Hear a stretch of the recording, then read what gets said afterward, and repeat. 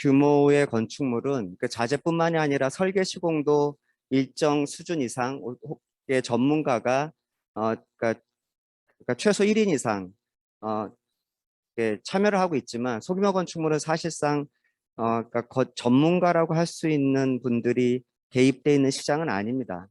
그러니까 유일한 전문가가 건축사인데 소규모 건축물 시장에서 그러니까 특히 자재 시장은 그냥 그러니까, 예를 들면 어떤 그러니까 물성 같은 것을 투명하게 공개해서 팔리는 시장이라기보다는 그러니까 예를 들면 단독주택 잡지 같은 거 보면 그냥 아무 물성치 없이 몸에 좋아요. 뭐 그런 말로 팔리고 있는 시장이기도 하거든요. 그래서 그런 그러니까 필요한 자재 물성들을 좀 정리를 하고 각 자재별로 그리고 그러니까 그러니까 한국 기후에 맞는 외피 조건 그러니까 그 그러니까 측정된 자재 데이터를 기반으로 무언가 한국에 맞는 그러니까 조건들을 제시를 하고 거기에 맞춰서 설계 기준을 만드는 게 첫 번째, 그러니까 1세부의 목표고요. 이 세부는 사실 리모델링이긴 하나 신축과 어쨌든 물리적 면에서는 크게 다르진 않습니다. 근데 그러니까 신축에서 만들어진 기준을 가지고 그러니까 리모델링 할 때 어떻게 할 것인가에 대한 방법론적 얘기 그리고 그걸 제도하고 어떻게 연결시킬 것인가 대한 내용이고요. 3세부는 그 뭐 똑같은 연장선상에 있습니다만 주로 설비에 대한 내용입니다. 그래서 그거는 3세부 할 때 좀 자세히 말씀드리고요. 거기에 더해서 이제 통합 설비 얘기가 좀 나오고 있는데 뒤에 좀 말씀드리겠습니다. 그래서 전체 1세부, 2세부, 3세부 연구단의 내용은 이렇게 되고 있고요. 특히 3세부는 LG전자가 참여 기업으로 들어와 있습니다. 그래서 LG전자가 하고 있는 것도 뒤에 말씀드리겠습니다. 네. 네. 이거 뭐 배경인데 간단히 넘어가겠습니다. 우리나라에서 그러니까 아까 말씀드린 660 이하 5층 이하 건축물이 동수 기준으로 약 평균 85% 정도 차지합니다. 그러니까 절대 다수를 차지하고 있는 게 소규모 건축물 시장이고요. 그, 그 동수 기준, 그러니까 동수 기준도 그렇고 연면적 기준도 그렇고 어쨌든 절대 다수 차지하고 있습니다. 80%에서 85%를 육박하고 있는 거고요. 이거 그 에너지 소비 면에서도 마찬가지입니다. 에너지 소비 면에서도 아무래도 뭐 연면적 기준으로도 거의 80% 정도 되니까 에너지 소비도 가장 그러니까 분류라고 볼 수 있습니다. 그래서 근데 이제 문제는 우리나라 정책이 지금까지 그러니까 주거 시설은 아파트 위주 혹은 중대형 건축물 이상의 제도로 만들어져 있고요. 그리고 리모델링이라고 하는 건 인테리어 쪽으로 국한돼 있습니다. 거의 대부분의 리모델링이라고 하는 게 그러니까 성능 기반 인테리어를 하지 못하고 있고 또 여기에 대한 어떤 적절한 기준 같은 것도 제시되고 있지 않은 시장이 그러니까 어쨌든 현재 사실이라는 거죠. 그래서 예를 들면 뭐 아주 비근한 예입니다만 그 방수 같은 경우에도 법이 정한 내구 연한이 10년인데 소규모 건축물 시장은 거의 2, 3년에 한 번씩 이제 방수를 보수할 수밖에 없는 이제 그런 이제 악순환을 하고 있는 시장이라고 볼 수 있습니다. 그래서 이런 것들을 좀 바꿔보자라고 하는 게 저희 연구안의 내용이고요. 네, 이게 넘어갔다 안 넘어갔다네. 네.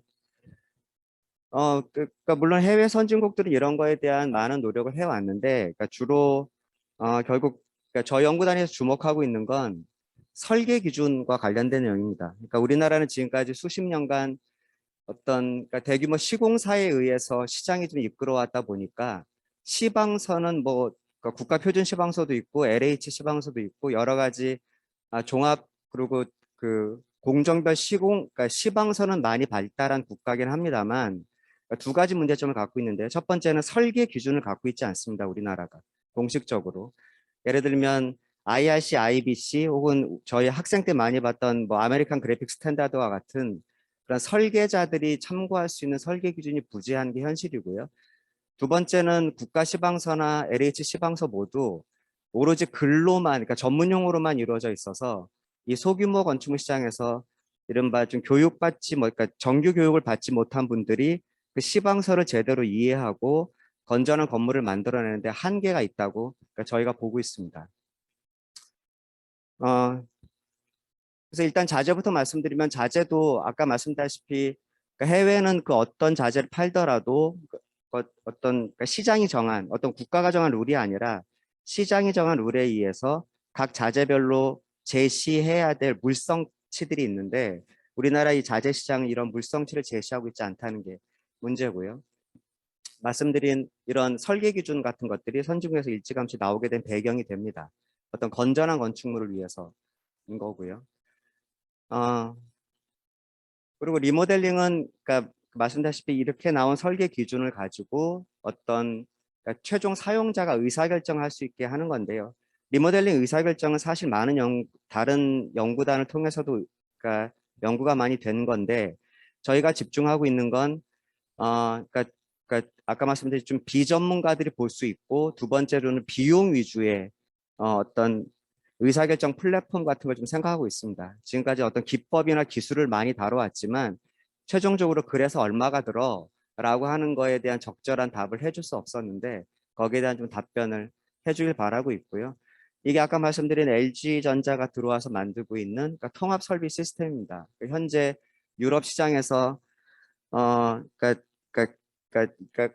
예를 들면 기존의 보일러 따로 에어컨 따로 환기장치 따로 설치되어 있는 시장이 요 한 중형 냉장고 크기의 하나의 설비 속에 통합돼서 그러니까 냉방, 난방, 급탕, 환기가 통합된 설비 시스템이 유럽에서 현재 굉장히 시장이 뜨고 있는 시장이거든요. 그래서 LG전자가 그러니까 저희 연구단과 같이 이런 통합 설비를 개발해서 그러니까 당장 우리나라 시장은 없겠지만 그러니까 현재 있는 시장, 그러니까 유럽 시장을 겨냥해서 이런 통합 설비를 개발하고 있습니다.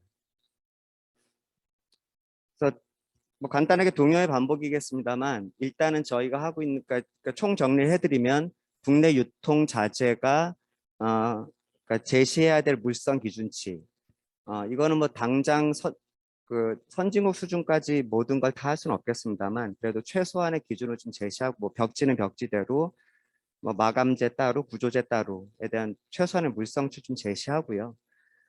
그리고 거기에 대해서 우리나라 KS 기준이 없다면 EN이나 ISO 기준을 이제 부합화 하려고 하고 있습니다. 그리고 두 번째로는 말씀드린 설계 기준. 설계 기준이라는 건 어떤 하자를 막기 위한 기준하고 우리나라 기후에 최적화된 외피. 그래서 그걸 통해서 최종적으로 설계 기준 및 가이드라인을 만드는 게 저의 목적이고요. 그리고 뒤에 이제 사무에서 말씀하겠습니다만 그러니까 이거를 시공을 어떻게 할 것인가. 근데 그게 어떤 글로만 적혀 있는 시방서가 아니고 소규모 건축물 시장에 계신 분들이 쉽게 이해할 수 있게 그러니까 주로 도식화된 시방서를 제시할 예정입니다. 그리고 어, 이 그러니까 3세부에서 맡고 있는 그러니까 어떤 설비에 대한 전체적인 얘기를 이제 뒤에 그러니까 따로 말씀드리도록 하겠습니다. 리모델링도 말씀드렸다시피 전체적인 큰 틀은 거의 신축하고 동일하고요. 근데 어떻게 의사결정할 것인가에 이제 가격적인 요인, 그래서 실물 경제가 좀 타도록 하는 게 저희 과제의 목적이고요. 그래서 어쨌든 그를 위해서 현재 설계사무소에서 가장 많이 쓰고 있는 스케치업이라는 3D 프로그램하고 그러니까 저희 부하계산 프로그램을 같이 붙여서 그러니까 어떤 매스 디자인이 끝나면 그러니까 대략적으로나마 에너지 성능을 그러니까 건축사 스스로 판단할 수 있는 시장을 좀 만들어 보려 하고 있습니다. 그리고 그 그러니까, 그러니까 요 맨 밑에 있는 게 아까 말씀드린 현재 유럽에서 많이 팔리고 있는 통합 설비의 한 제품의 예라고 볼 수 있습니다. 네, 그래서 간단하게 저 연구단 소개를 마치고요. 그냥 제가 계속 하겠습니다. 네. 1세부에 대한 내용을 간략 좀 더 상세히 말씀드리겠습니다. 막간을 이용해서 아까 그, 그러니까 저 연구단의 작은 부분이긴 하나 2세부 리모델링 밑에 한국부동산원이 들어와 있는데요. 최근 그러니까 부동산의 역할이 지금 그러니까 한참 말이 많이 나오고 있습니다만 친환경 건축물 혹은 저에너지로 지은 건축물이 나중에 팔 때 전혀 가치를 그러니까 현재 우리나라 감정평가 제도상에서 전혀 가치를 인정받고 있지 못하는데요. 그거를 이제 어디까지 가치를 인정할 것인가에 대한 그러니까 역할을 해서 그 감정평가사들이 평가하는 평가 기준 속에 저에너지 건축물을 넣고자 하는 게 목적인데 그러니까 최근 어차피 저희가 내년까지가 결론이긴 합니다만 중간 결론만 좀 말씀드리면 소규모 건축물 같은 경우에 평균 20% 정도 가치 평가를 올릴 수 있다라고 하는 이제 결과가 나왔어요. 그래서 저에너지 건축 그러니까 저희가 제시하고 있는 어떤 기준에 맞춘 건물을 지었을 경우 그걸 이제 어떻게 인정할까라고 하는 게 이제 마지막 연도에서 좀 따져봐야겠습니다만 어쨌든 인정을 받는다면 그러니까 그렇게 지어지지 않은 건축물 대비 이제 나중에 평가받을 때 20% 정도 그러니까 비용을 가산받을 수 있을 것 같습니다. 막간을 통해서 말씀드렸고요. 설계 기준안, 그러니까 결국 1세부 핵심이고요. 그러니까 말씀드린 자재하고 그러니까 우리나라 기후에 맞는 외피는 결국 이걸 만들기 위한 백데이터라고 보시면 될 것 같고요. 설계 기준 아닙니다. 그러니까 아직 1년 6개월이 더 남아서요. 일단은 그러니까 뭐 순서대로 말씀드리면 결국 그러니까 선진국들은 어떻게 만들었는가에 대한 그러니까 뼈대를 좀 본 거고요. 그리고 우리나라도 말씀드렸다시피 시방서라고 하는 체계가 있기 때문에 그러니까 해외 기준 체계와 우리나라 시방서 기준 체계를 중심으로 그러니까 우리나라만의 체계를 어떻게 할 것인가에 대한 어, 구성을 했고요. 또 잘 알고 있다시피 국가건설기준센터라는 게 이미 설립이 되어 있습니다. 거기에서 여러 가지 코드 체계를 이미 만들고 있기 때문에 저희가 그러니까 기존 체계에서 너무 크게 벗어나지 않는 범위 내에서 전체 뼈대를 구성했다고 보시면 될 것 같습니다. 역시나 여기에 포함되는 게 또 LH 표준시방서 참고를 했고요. 그래서 크게 굵직한 거는 미국의 IAC, 독일의 DIN, 그리고 일본의 GIS 이런 그러니까 세부적인 기준들이 어떻게 돼 있나를 좀 먼저 보고 그리고 그러니까 소규모 민간 시장에서 필요한 것들이 무언가에 대한 그러니까 조사가 그러니까 먼저 우선이 됐습니다. 그래서 그러니까 이들은 기준들을 가깝게 어떻게 표현하고 있는가 그런 것들이 이제 어떤 의미를 갖고 있는가에 대한 게 초반에 된 거고요. 그래서 전체적으로는 어떤 목차 체계, 그러니까 큰 뼈대를 만들고 여기에 대한 세부적인 내용들을 담는 쪽으로 진행을 했습니다. 그래서 뭐 그러니까 이 소규모 건축물 특성상 뭐 지하가 10층까지 내려갈 일도 없고 또 아까 말씀드린 5층 이하의 건축물이 타겟이기 때문에 뭐 그러니까 예를 들면 대형 커튼홀 이제 그런 것들은 그러니까 저희 기준에 들어와 있지는 않지만 그 나머지 모든 거에 대한 설계 기준 즉 건축사가 설계를 하면서 봐야만 하는 그러니까 최소한의 기준들을 담았습니다. 그래서 기초부터 시작해서 그러니까 그러니까 이런 기초만 보더라도 지금 우리나라 현장에서 일어나고 있는 기초의 형식과 선진국에서 하고 있는 기초 형식이 그러니까 물론 70년대는 같았습니다만 지금은 완전히 다르거든요. 그래서 그런 좀 벌어진 시간의 갭 같은 것도 이제 어떻게 좀 줄여보려고 노력을 좀 많이 했습니다. 그래서 많이 하고 있는 RC 목조 그리고 경량 스틸 건축물에 대해서에 대한 어떤 구조 방식의 체계를 좀 마련하고요. 그래서 그런 것들을 어떻게 설계를 해야만 하는가에 대한 그 건전성에 대한 내용이 될 것 같습니다.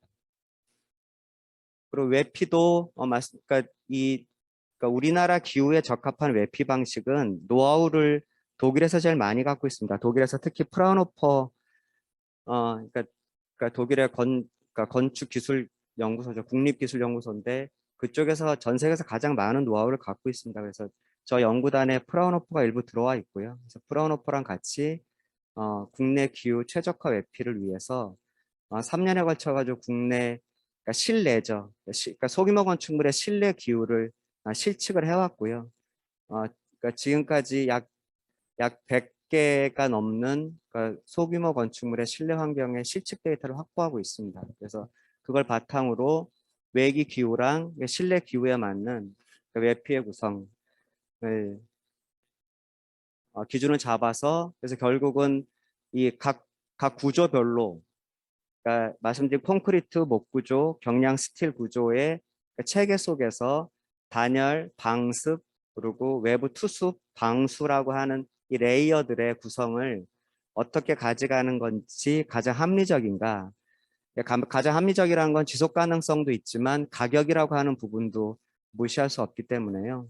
결국 저희가 가장 어려웠던 건 최선이라고 하는 건 존재합니다만 그게 우리나라 시장에서 실현이 불가능할 경우 좀 배제하는 게 매우 어려웠습니다. 그 어떤 그 중간에 그 선을 잡기 굉장히 어려운데요. 그러니까 아직까지 다 해결됐다고는 볼 수 없지만 그 나머지 1년 동안 또 추가적으로 고민해야 될 부분이기도 합니다. 그래서 지금은 어쨌든 굉장히 그 광범위한 문서를 만들고 있고 내년 차에는 그걸 오히려 줄여나가는 과정이 될 것 같고요. 그 단열도 마찬가지입니다. 그러니까, 그러니까, 그러니까, 그러니까 예를 들면 특정 부위에 쓸 수 있는 단열재, 쓸 수 없는 단열재에 대한 구분, 또 강도별, 그러니까, 투습 저항 계수라든가 흡수율, 강도에 따라서 쓸 수 있는 단열재, 없는 단열재를 구분을 하고요. 그리고 그것들을 레이어별로 어떻게 구성하는 게 가장 그러니까 지속 가능한 건축을 만들 것인가에 대한 걸 보시면 될 것 같고요.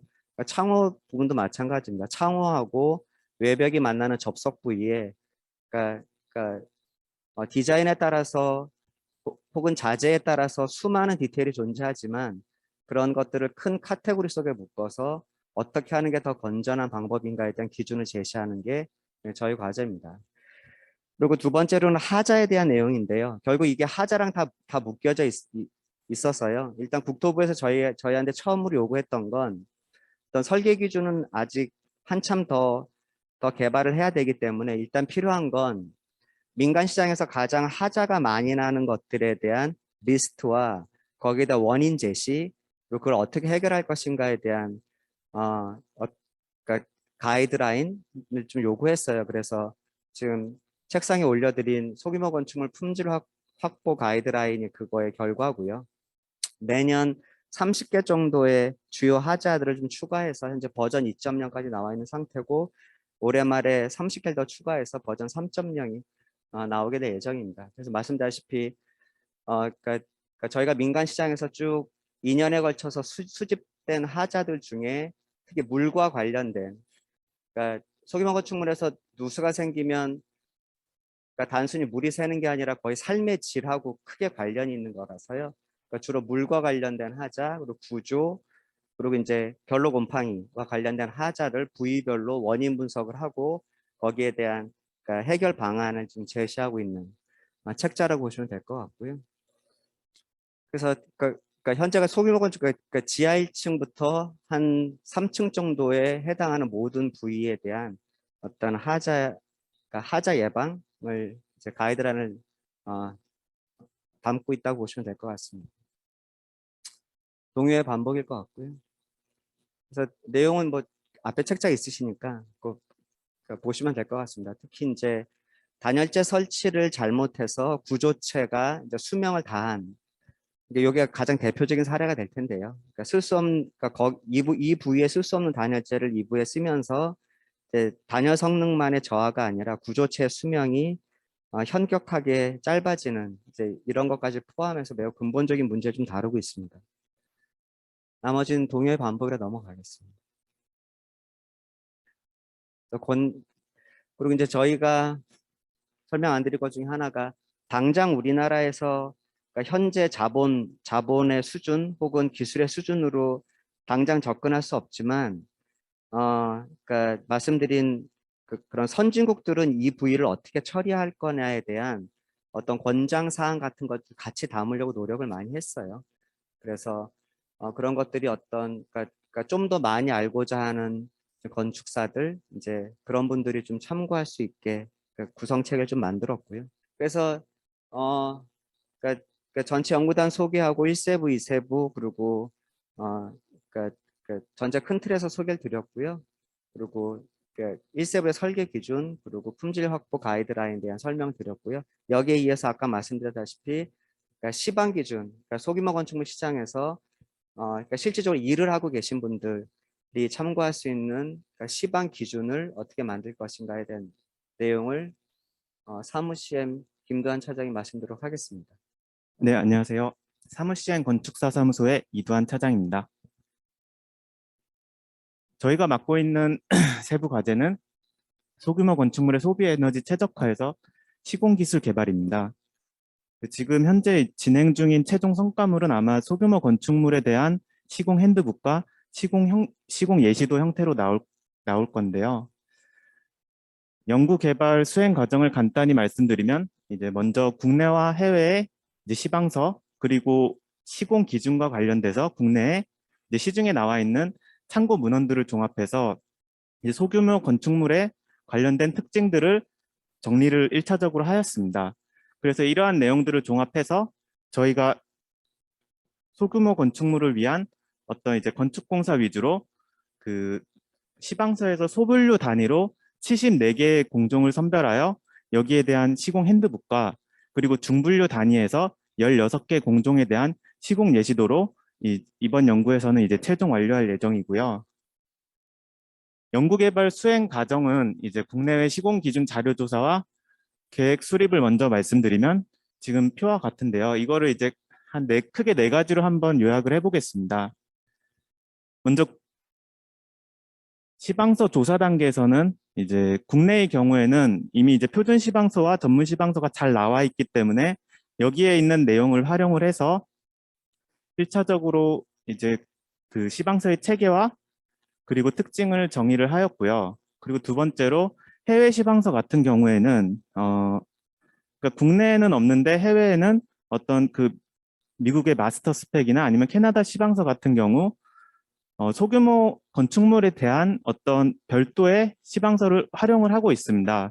그래서 이제 미국하고 캐나다, 그리고 뉴질랜드, 호주, 그리고 영국 이렇게 이제 5개국의 좀 시방서의 유사한 특징들을 엮어가지고 어떤 소규모 건축물의 시방서에 이제 반영할 수 있는 어떤 그런 내용들로 정리를 하였고요. 그리고 여기에 나와 있는 내용을 이제 국내 표준 시방서에 반영을 해서 그 국내 소규모 건축물에 좀 적합한 어떤 시방서로서 이제 편집을 하였습니다. 그러니까 이게 시방서 자체를 쓰려는 목적은 아니었고요. 어떤 이제 시공 핸드북을 작성하기 전에 어떤 템플릿이 필요했기 때문에 이러한 내용들을 종합해서 소규모 핸드북에 이제 템플릿하고 공정 리스트로서 이제 활용할 수 있는 방안을 마련한 것이고요. 그 밖에도 이제 국내 소규모 건축물 그 현황에서 이제 시공 현장에서의 문제점과 어떤 해결 방안들을 좀 조사를 했고, 그리고 그 차년도별로 전문가 자문을 실시해서 이제 여기에서 나온 내용을 종합을 해서 어떤 품질 향상이나 아니면 시공 안전, 하자 예방에 대한 어떤 추가적인 개선 방안도 마련을 하였습니다. 그리고 시공 예시도 같은 경우는 일단은 앞서 말씀드린 그런 내용들을 종합을 해서 추가적으로 참고 문헌에 있는 요소들을 또 조사를 해서 핸드북 외에도 아까 말씀드린 중분류 개념의 어떤 시공 예시도도 같이 이제 연계를 시켰고요. 일단 핸드북에 어떤 템플릿이 되기 위한 일단 시방서의 이제 편집 과정인데요. 그러니까 사실 미국 시방서나 캐나다 시방서나 국내 시방서나 시방서 자체로 놓고 보면 당연히 틀립니다. 틀리지만 어떤 구성된 내용을 봤을 때 최초의 이제 일반 사항이나 아니면 코드 자리 번호, 그리고 어떤 공정 분류, 그리고 그 코드 내용 자체에 구성된 일반 사항이나 자재, 어떤 시공 부분, 이러한 공통 사항이 있기 때문에 이런 거를 이제 중점으로 이제 비교를 하였고요. 저희는 그래도 소규모 건축물 시방서가 좀 잘 돼 있는 캐나다 시방서를 선정을 하였습니다. 그래서 코드 구성과 공정 분류, 그리고 일반 사항 부분과 코드 내용 부분에 대해서 어떤 캐나다 소규모 시방서와 비교를 해서 공정 분류 같은 경우는 같은 내용이지만 어떤 소규모 건축물에만 필요한 공정으로 기존의 200개 공정에서 80개 공정으로 축소된 것을 발견할 수 있었고요. 코드 내용 같은 경우도 이제 항목이나 단락 부분에서 같은 내용이지만 어떤 소규모 건축물에만 필요한 내용으로 삭제되거나 결합되거나 대체되는 것을 알 수가 있었습니다. 결국에는 소규모 건축물에 추가되는 내용은 극히 일부였고요. 대부분은 기존 시방서를 활용을 해서 여기에 이제 소규모 건축물에 적합하도록 이제 편집하는 것 위주로 이렇게 구성된 것을 알 수가 있었습니다. 그래서 이러한 내용들을 국내 표준 시방서에 그대로 적용을 하였고요. 그리고 이 내용들을 토대로 소규모 건축물 템플릿을 활용하기 위한 내용으로 이제 공정 부분은 기존의 표준과 전문 시방서 건축공사 부분에 한 200여 개 되는 공정을 74개로 축소를 하였고요. 코드 내용 같은 경우도 그 대형 건축물에 있는 내용들을 좀 삭제를 하고 그렇게 해서 이러한 과정은 이제 소규모 건축물에 좀 최적화되는 그런 이제 편집 과정이라고 이제 보시면 될 것 같습니다. 네, 그리고 소규모 핸드북과 시공 예시도에 대한 이제 수행 내용인데요. 앞서 이제 수행한 과정을 바탕으로 이제 키워드를 요약을 하면은 시각화와 이해 향상, 그리고 건축물의 품질 향상, 하자 예방, 이제 시공 안전으로 볼 수가 있습니다. 자, 여기에서는 먼저 저희가 핸드북 예시도를 작성하기 위해서 기존에 어떤 사진이나 아니면은 그림이나 도표가 잘 나와 있는 어떤 시공 문헌들에 대한 특징들을 조사를 했습니다. 그래서 크게는 뭐 도표나 사진, 삽도 그림에 대한 이제 세부적인 요소들로 이렇게 도출을 하였고요.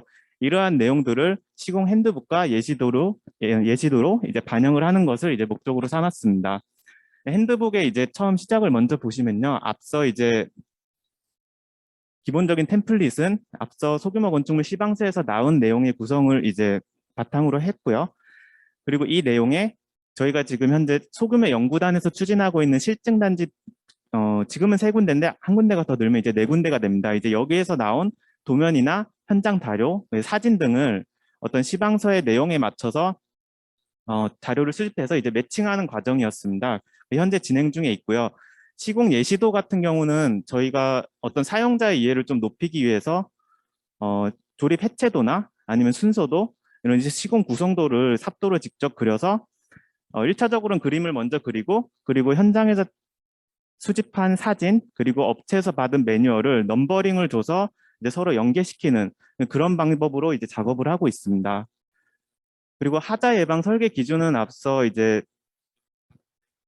설명을 주신 설계 기준인데 약간 이제 목차 구성은 틀리지만 저희가 표준 시방서에 있는 형식이 있습니다. 그 형식을 좀 따와서 참고 기준이나 아니면 좀 상세도의 형태로 내년에는 이런 이제 설계 기준도 시방서 안에 넣고 이거를 이제 핸드북에 어떤 목차 구성에 이제 반영할 수 있도록 지금 준비를 하고 있습니다. 지금부터 이제 핸드북이랑 예시도에 나온 내용을 이제 간단히 설명드리려고 하는데요. 일단 기본적인 구성은 아까 말씀드린 내용하고 동일하고 옆에는 이제 따로 어떤 체크 포인트 란을 둬서 일반 시방서나 아니면 기존 서적에 없었던 내용에 대해서 이제 이해할 수 없는 부분이 있을 수가 있습니다. 그래서 어떤 이제 일반 사람들도 좀 이해할 수 있도록 좀 풀어서 설명할 수 있는 칸을 따로 만들었고요. 그리고 시방서 자체는 좀 안전에 관한 내용은 그냥 좀 단편적으로 나와 있습니다. 그래서 저희가 시방서 내용을 봤을 때 운반이나 취급하는 부분, 그리고 시공 쪽에 어떤 시공 중에 안전에 대한 유의사항이 필요할 수가 있습니다. 그래서 시방서 구성에서 그 일반사항의 이 부분과 시공 부분에서 이제 좀 안전관리공단의 내용을 참고를 해서 안전관리에 대한 내용을 이제 추가를 했고요. 추후에는 여기 이와 관련된 사진도 이제 추가할 예정입니다. 당연히 이제 시방서 내용의 그 글자라만 보기에는 이해하기 어려운 제품들이 있을 수 있기 때문에 여기 제품 사진을 추가를 했고요. 그리고 이거는 좀 시공 기준과는 조금 동떨어진 내용일 수 있는데 어쨌든 앞서 품질 향상 가이드라인과 같이 어떤 시공 과정마다 저희가 74개 공종 안에서도 이와 관련된 하자 사례가 발생할 수가 있습니다. 그래서 각각의 공종에 대한 하자 사례를 어떤 사례 조사를 한 내용과 이걸 어떻게 개선할 수 있는지 이거를 이제 74개 공종에 최대한 넣을 수 있도록 지금 자료를 수집을 하고 있고요. 그리고 또 한 가지 특징이 저희가 실증단지 내용을 토대로 수집한 사진 자료와 저희가 추가로 섭외한 현장 자료를 통틀어서 아까 그 핸드북에 어떤 74개 공종에 대해서는 최대한 시공 순서를 이렇게 표현을 해서 모두 집어넣을 계획을 가지고 있습니다. 그러니까 사실상 글로만 보면은 저희가 시공에 있던 어떤 과정을 직관적으로 이해는 할 수 없기 때문에 이런 사진 순서대로 먼저 보고 그리고 시방세 내용을 본다면은 좀 더 잘 이해할 수 있을 것이라고 생각을 했기 때문에 지금 현재 이제 이런 작업을 하고 있고요. 뭐 100%는 할 수 없을 수도 있습니다. 왜 공정이 워낙 많기 때문에. 그리고 실증 단지에서도 한 50개 공정 정도밖에 나오진 않을 것 같더라고요. 그래가지고 일단 최대한 어떤 이 부분에 대해서는 좀 신경을 써서 하려고 하고 있고요. 아까 전까지가 이제 시공 핸드북에 대한 내용이었다고 하면은 지금은 이제 시공 예시도에 대한 내용입니다. 아까 말씀드린 그 메인 삽도라는 게 저희가 어떤 전체 그 한 공정에 대한 구성을 어떤 이런 조립 해체도 형식으로 먼저 나타냈습니다. 그래서 1번부터 이제 12번, 13번까지 이렇게 시공 순서대로 그림을 표현을 하였고요. 그리고 이 넘버링에 따라서 현장에서 수집한 사진이나 아니면 업체에서 받은 매뉴얼들이 있습니다. 그러니까 각각의 넘버링을 이렇게 연계를 하면은 이 과정에서 단순히 이 과정만 보는 게 아니고요. 여기서도 발생할 수 있는 실제 시공 사례, 그리고 업체 매뉴얼에서 어떻게 하고 있는지 이런 것들을 이제 한 그림에 이제 넣은 것이고요. 뭐 어쨌든 조립 해체도가 될 수도 있고 순서도가 될 수도 있고 어쨌든 그 공정에 좀 가장 적합한 뭐 그런 걸로 맞춰서 이렇게 계획을 하려고 하고 있습니다. 네, 이거는 이제 역전지붕 사례고요. 아까 말씀드린 내용하고 동일합니다. 그러니까 저희가 지금 진행하고 있는 방법은 시방서에 어떤 그림이나 사진을 넣거나 이제 설명을 덧붙이는 게 예전에도 연구가 됐었더라고요. 그 국립산림과학원에서 이제 목조건축 시공표준 뭐 이런 거를 이제 10년 전에 만든 것을 봤었고, 그리고 현장에서 어떤 특기 시방서도 어떻게 보면 좀 이러한 형태로 운영이 되고 있더라고요. 근데 이제 거기와 우리의 좀 차별성을 둔다 그러면 거기는 좀 어떻게 보면 좀 전문적인 내용 아니면 조금 이해하기 좀 어려운 부분들도 많이 있었습니다. 근데 저희는 일단 주 타겟을 이제 물론 시공하는 사람이 볼 수도 있고, 그리고 소규모 건축물 같은 경우에는 상주하는 감리도 없습니다. 그래서 어떻게 보면 건축주가 그런 내용들을 좀 다 확인을 해야 되는 경우도 있을 수가 있고요. 그래서 어쨌든 저희가 만드는 목적은 그림으로 보는 시방서, 그러니까는 가장 잘 이해할 수 있도록 지금 표현하려고 노력을 하고 있고요. 네, 내년까지 아까 말씀드린 그 74개 공정과 예시도의 16개 공정, 네, 그렇게 완료를 네, 하도록 하겠습니다. 네, 이상 발표를 마치겠습니다. 감사합니다. 예, 감사합니다. 그럼 다음은 기존 소규모 건축물 성능 진단 및 리모델링 의사결정 지원 기술 관련해서 충북대학교 서동현 교수님과 그다음에 숭실대학교 이병현 교수님께서 두 분께서 발표해 주시겠습니다. 네, 방금 소개받은 충북대학교 서동현입니다. 아마 목차상으로는 숭실대학교 이병현 교수님 발표하게 돼 있는데, 이 과제 시작할 당시에는 같은 기관에서 같이 근무하다가 중간에 이병현 교수님이 옮기는 바람에 그 발표자로 되어 있는데, 그 같은 학교에서도 역할이 조금 달라가지고 제가 맡은 부분은 제가 별도로 설명을 드리겠습니다. 네, 저희 충북대학교가 맡은 이 과제에서의 역할은 웹 기반 소규모 건축물 성능 진단 및 리모델링 의사결정 지원 시스템을 구축하는 것입니다.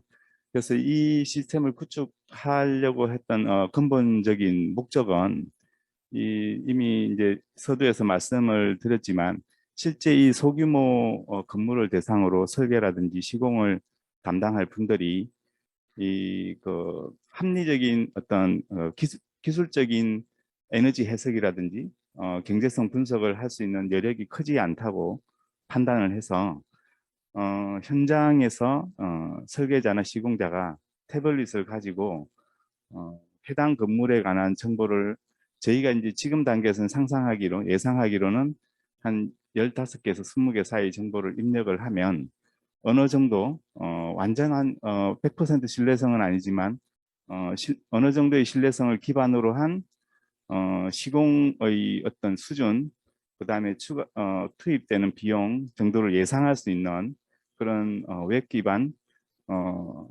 그 시스템을 구축하는 것이 목적이었습니다.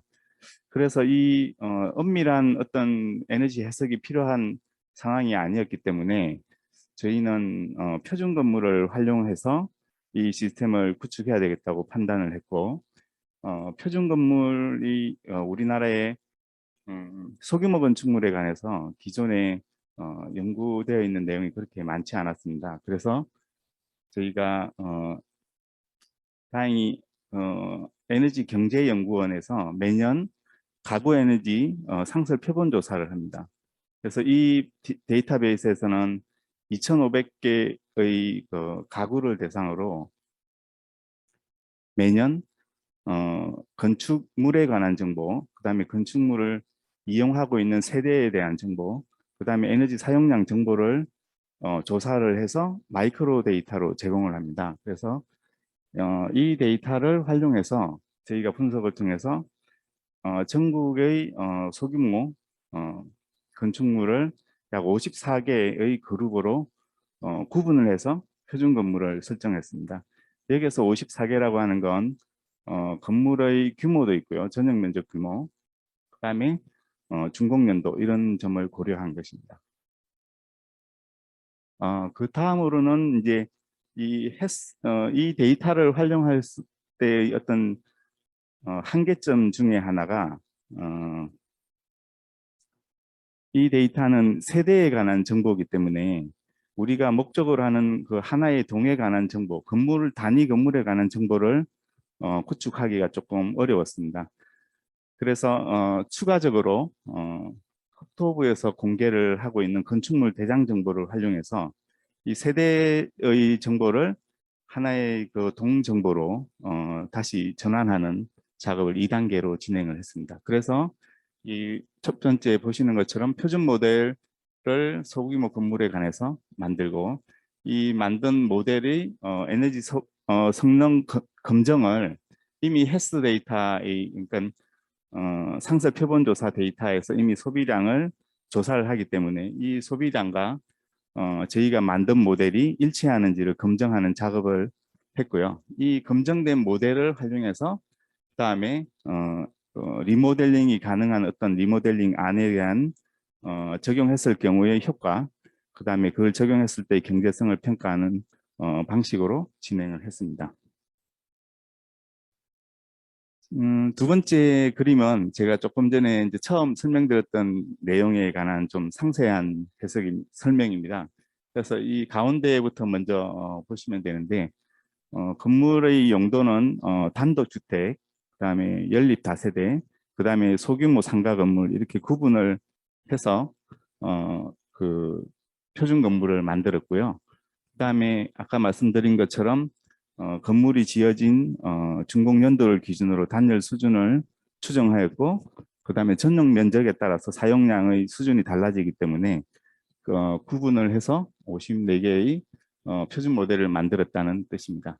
그다음에 이 왼쪽에 있는 그림은 국토부에서 건축 데이터 민간 개방 시스템에서 건축물 대장 정보를 거의 로우 데이터 수준으로 저희가 다운을 받을 수 있습니다.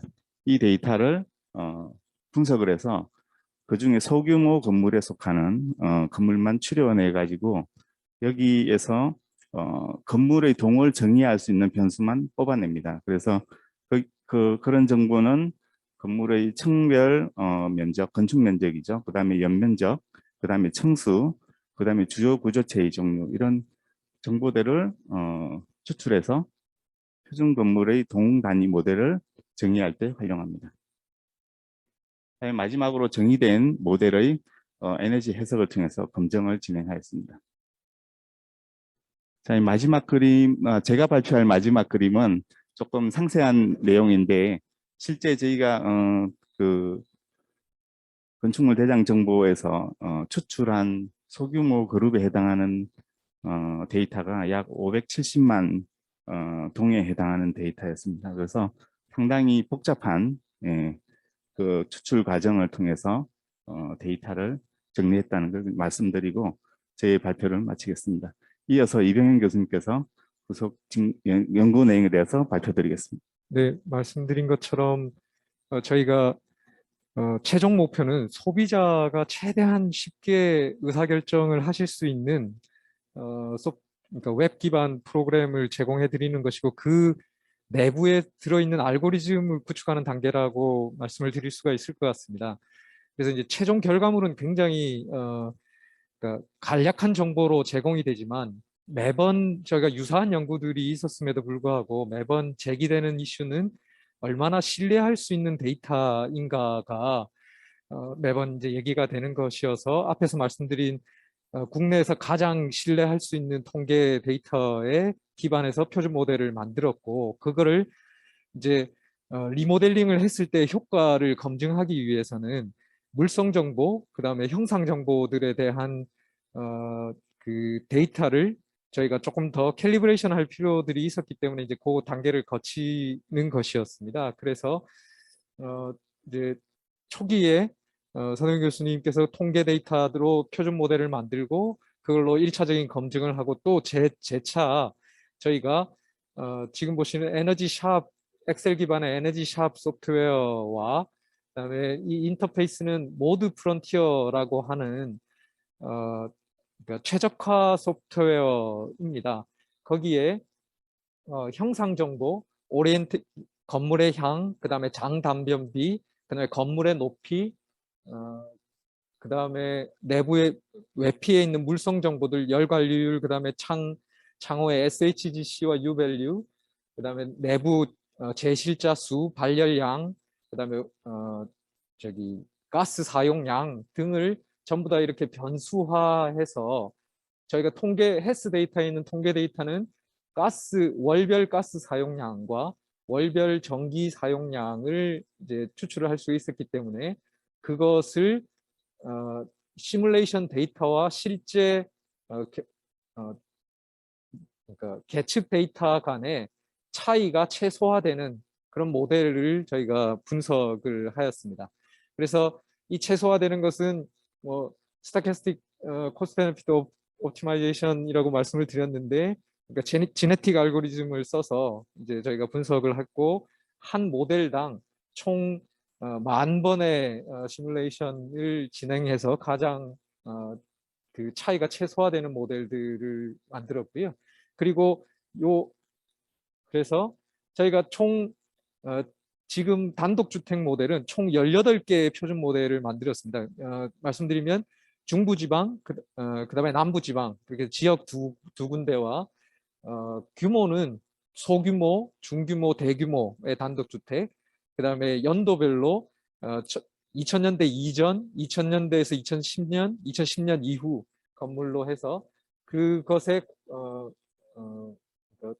조합으로 이루어진 총 18개의 모델들을 구축해 놓고 있는데, 그중 이제 한 지역에 총 9개의 지역별로는 9개의 모델이 되고, 그것을 제가 CV라고 루티드 민 스퀘어 에러의 그러니까 미국 DOE에서 권장하고 있는 방식으로 했을 때 약 3%에서 5% 정도의 차이로 저희가 결과값을 얻을 수가 있어서 굉장히 신뢰할 정도의 표준 모델을 저희가 구축할 수 있었다고 말씀드릴 수가 있을 것 같습니다. 그래서 각각 모델별로 센서티비티 분석을 통해서 어떠한 인자들이 그 표준 모델에 중요한 영향을 미치게 되는지, 그리고 그것을 다시 표준 모델로 모사하고 그것을 디파인하는 작업들을 저희가 거쳐서 표준 모델로 구축을 하였습니다. 그리고 이제 저희가 그 다음 단계로 표준 모델에 리모델링을 했을 때 그것의 성능 효과를 검증하기 위한 비용 체계를 구축할 필요가 있었습니다. 그래서 대표적으로 많이 사용되는 그린 리모델링 요소 기술들을 구분을 하였고요. 뭐 아주 특별한 기술이 있는 것은 아니기 때문에 창호 성능 보강, 내벽 보강, 외벽, 지붕, 바닥, 에너지 시스템 교체, 외부 차양 환기 장치 등의 구법들을 공종들을 선정을 하고, 이 각 공종별로 필요한 세부 구법들을 저희가 정의를 하였고, 그 정의별로 저희가 비용 체계를 구축을 했습니다. 일반적인 건자재의 경우에는 표준 품생과 그다음에 물가 정보지를 활용해서 저희가 데이터베이스화 하였고, 창호는 조금 이제 어려웠습니다. 창호는 실제 물가 정보에 이제 단위 면적당 면적이 나와 있는데 이게 시장에서 실제 거래되는 것과는 많이 달랐기 때문에 저희가 추정해 볼 수 있는 방법은 전부 다 설계 기반으로 요소별 비용을 추산하는 방법도 가능할 거라고 생각했고, 두 번째로는 근데 이제 이게 이렇게 되면 제품별로 굉장히 특수한 해가 될 수 있기 때문에 저희가 선택한 방법은 실제 대표적인 창호 유형을 선정하고 그것을 회사에게 대표적인 저희 대형사인 이 E사와 그다음에 중소형사인 H사에 창호 면적별 견적을 요청드려서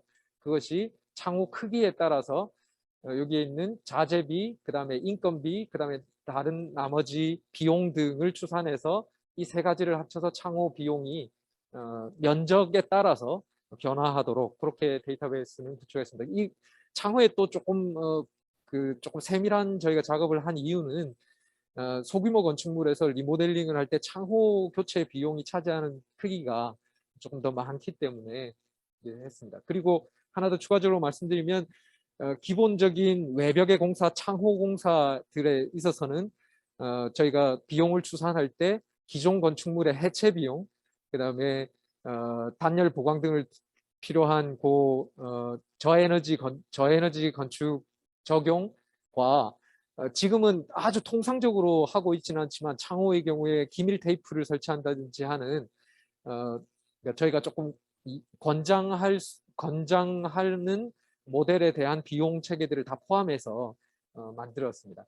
그렇게 해서 저희가 이제 표준 모델이 있고 그다음에 비용 데이터베이스가 구축이 되어 있어서 이거를 실제로 리모델링을 했을 때 소비자에게 어떤 모델을 권해 줄 수 있을지를 다시 비용 성능 분석을 진행을 하였습니다. 그래서 소비자는 앞에서 말씀드린 국법들 중에서 원하는 국법을 선택을 하게 되면 그 선택을 할 때 다른 그러니까 저희가 분석한 모델들에서 기존 건물이 어느 정도의 위치에 있게 되는지, 그 다음에 실제로 국법을 선택했을 때에는 어느 정도로 개선이 되는지를 통해서 그것을 선정할 수 있도록 지금 이제 제시를 해주고 있고요. 실제 이제 이렇게 선정을 하면 저희가 앞에서 말씀드렸던 개별 표준 모델 하나당 다시 외벽의 단열 수준, 그 다음에 창 면적비의 교체 등을 변수화하여서 성능 아래쪽은 비용이고요. 30년간 유지관리비를 포함한 이퀴벌런트 애뉴얼 코스트로 저희가 분석을 하였고, 상부는 EUI 에너지 성능입니다. 그래서 그 비용과 에너지 성능이 동시에 충족될 수 있는 파레토도에서 대안을 소비자에게 제시할 수 있는 대안을 이렇게 선정을 하고, 이 각각 선정된 것에 그 주요 부위의 국법, 그다음에 그것을 선정하였을 때 원래 기존 건물에서의 에너지 사용량 대비 어느 밴드로 성능이 개선되었는지, 그것을 새로 리모델링을 했을 때 기존 히팅, 쿨링 이 값이 어떻게 변화하는지를 소비자에게 전달해 주는 것으로 지금 인터페이스를 구축을 하고 있습니다. 그 다음은 이제 저희가 이번 연차에 단독주택 모델에서 더 나아가서 연립 다세대 주택 모델로도 표준 모델을 구축을 하고 있는데요. 저희가 헬스 데이터를 참 봤을 때 굉장히 특이하다고 생각하는 사실은 저희가 통상적인 시뮬레이션을 하는, 그리고 상상하는 것보다 냉방 에너지 소비량, 그러니까 즉 전기 사용량이 여름철에도 굉장히 적다는 사실이었습니다. 그래서 이것이 단독주택을 조합한 연립주택 모델에서는 그 격차들이 점점 더 커지기 때문에 기존에 있는 에너지 해석법에 조금 더 추가적인 분석이 필요하겠다고 저희가 판단을 하였고, 그래서 저희는 주변에 있는, 그러니까 더더군다나 연립 다세대 주택 모델은 대부분 도심지에 있는 경우들을 많이 산정할 수 있기 때문에 주변 건축물에 의한 음영 효과로 인한 냉방 에너지의 감소, 그 다음에 자연 환기가 가능한 자연 환기 효과까지를 포함하여서 저희가 캘리브레이션을 진행을 하였습니다.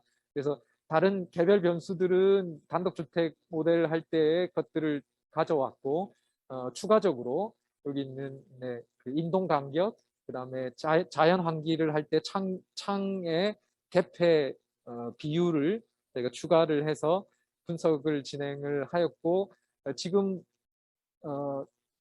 그 만들어낸 것이 거의 역시 한 4.5% 정도의 CV 값을 보여서 굉장히 신뢰할 만한 수준이고요.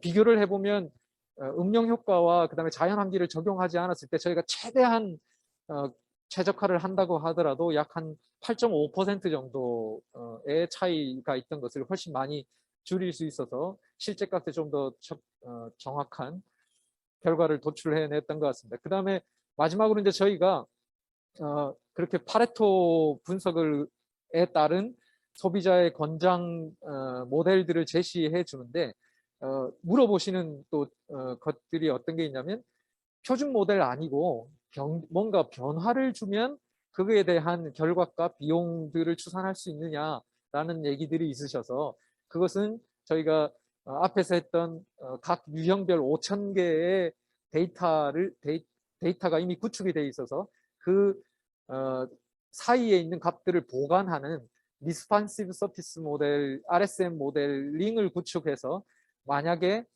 다른 외벽의 단열 수준, 주요 변수들의 변화를 주게 되면 전체적으로 결과를 시뮬레이션을 통하지 않고도 바로 도출해서 소비자가 이해할 수 있도록 하는 모델로 진행을 하고 있습니다. 감사합니다. 예. 그럼 다음으로는 소규모 건축물 소비 에너지 최적화 설비 기술에 대하여 한일MEC 엄태윤 연구소장께서 발표해 주시겠습니다. 네, 안녕하세요. 한일MC 엄태윤입니다. 저희가 이제 전체적으로 설비 기술에 대한 부분을 제가 종합해서 이제 설명을 드릴 거고요. 짧은 시간에 설명을 드리기 때문에 어떤 배경에서 또 어떤 내용으로 진행되고 있고, 그리고 여기에 대한 그 기대 효과 뭐 이런 부분 저희가 생각하고 있는 바에 대해서 좀 설명을 드렸으면 합니다. 사실 제가 이제 한 3년째 이 과제에 좀 고민을 하고 있는 상황인데요. 처음에 소규모 건축물 설비 기술 개발에 대해서 접근을 하게 됐을 때 소규모 건축의 설비가 뭐가 있지?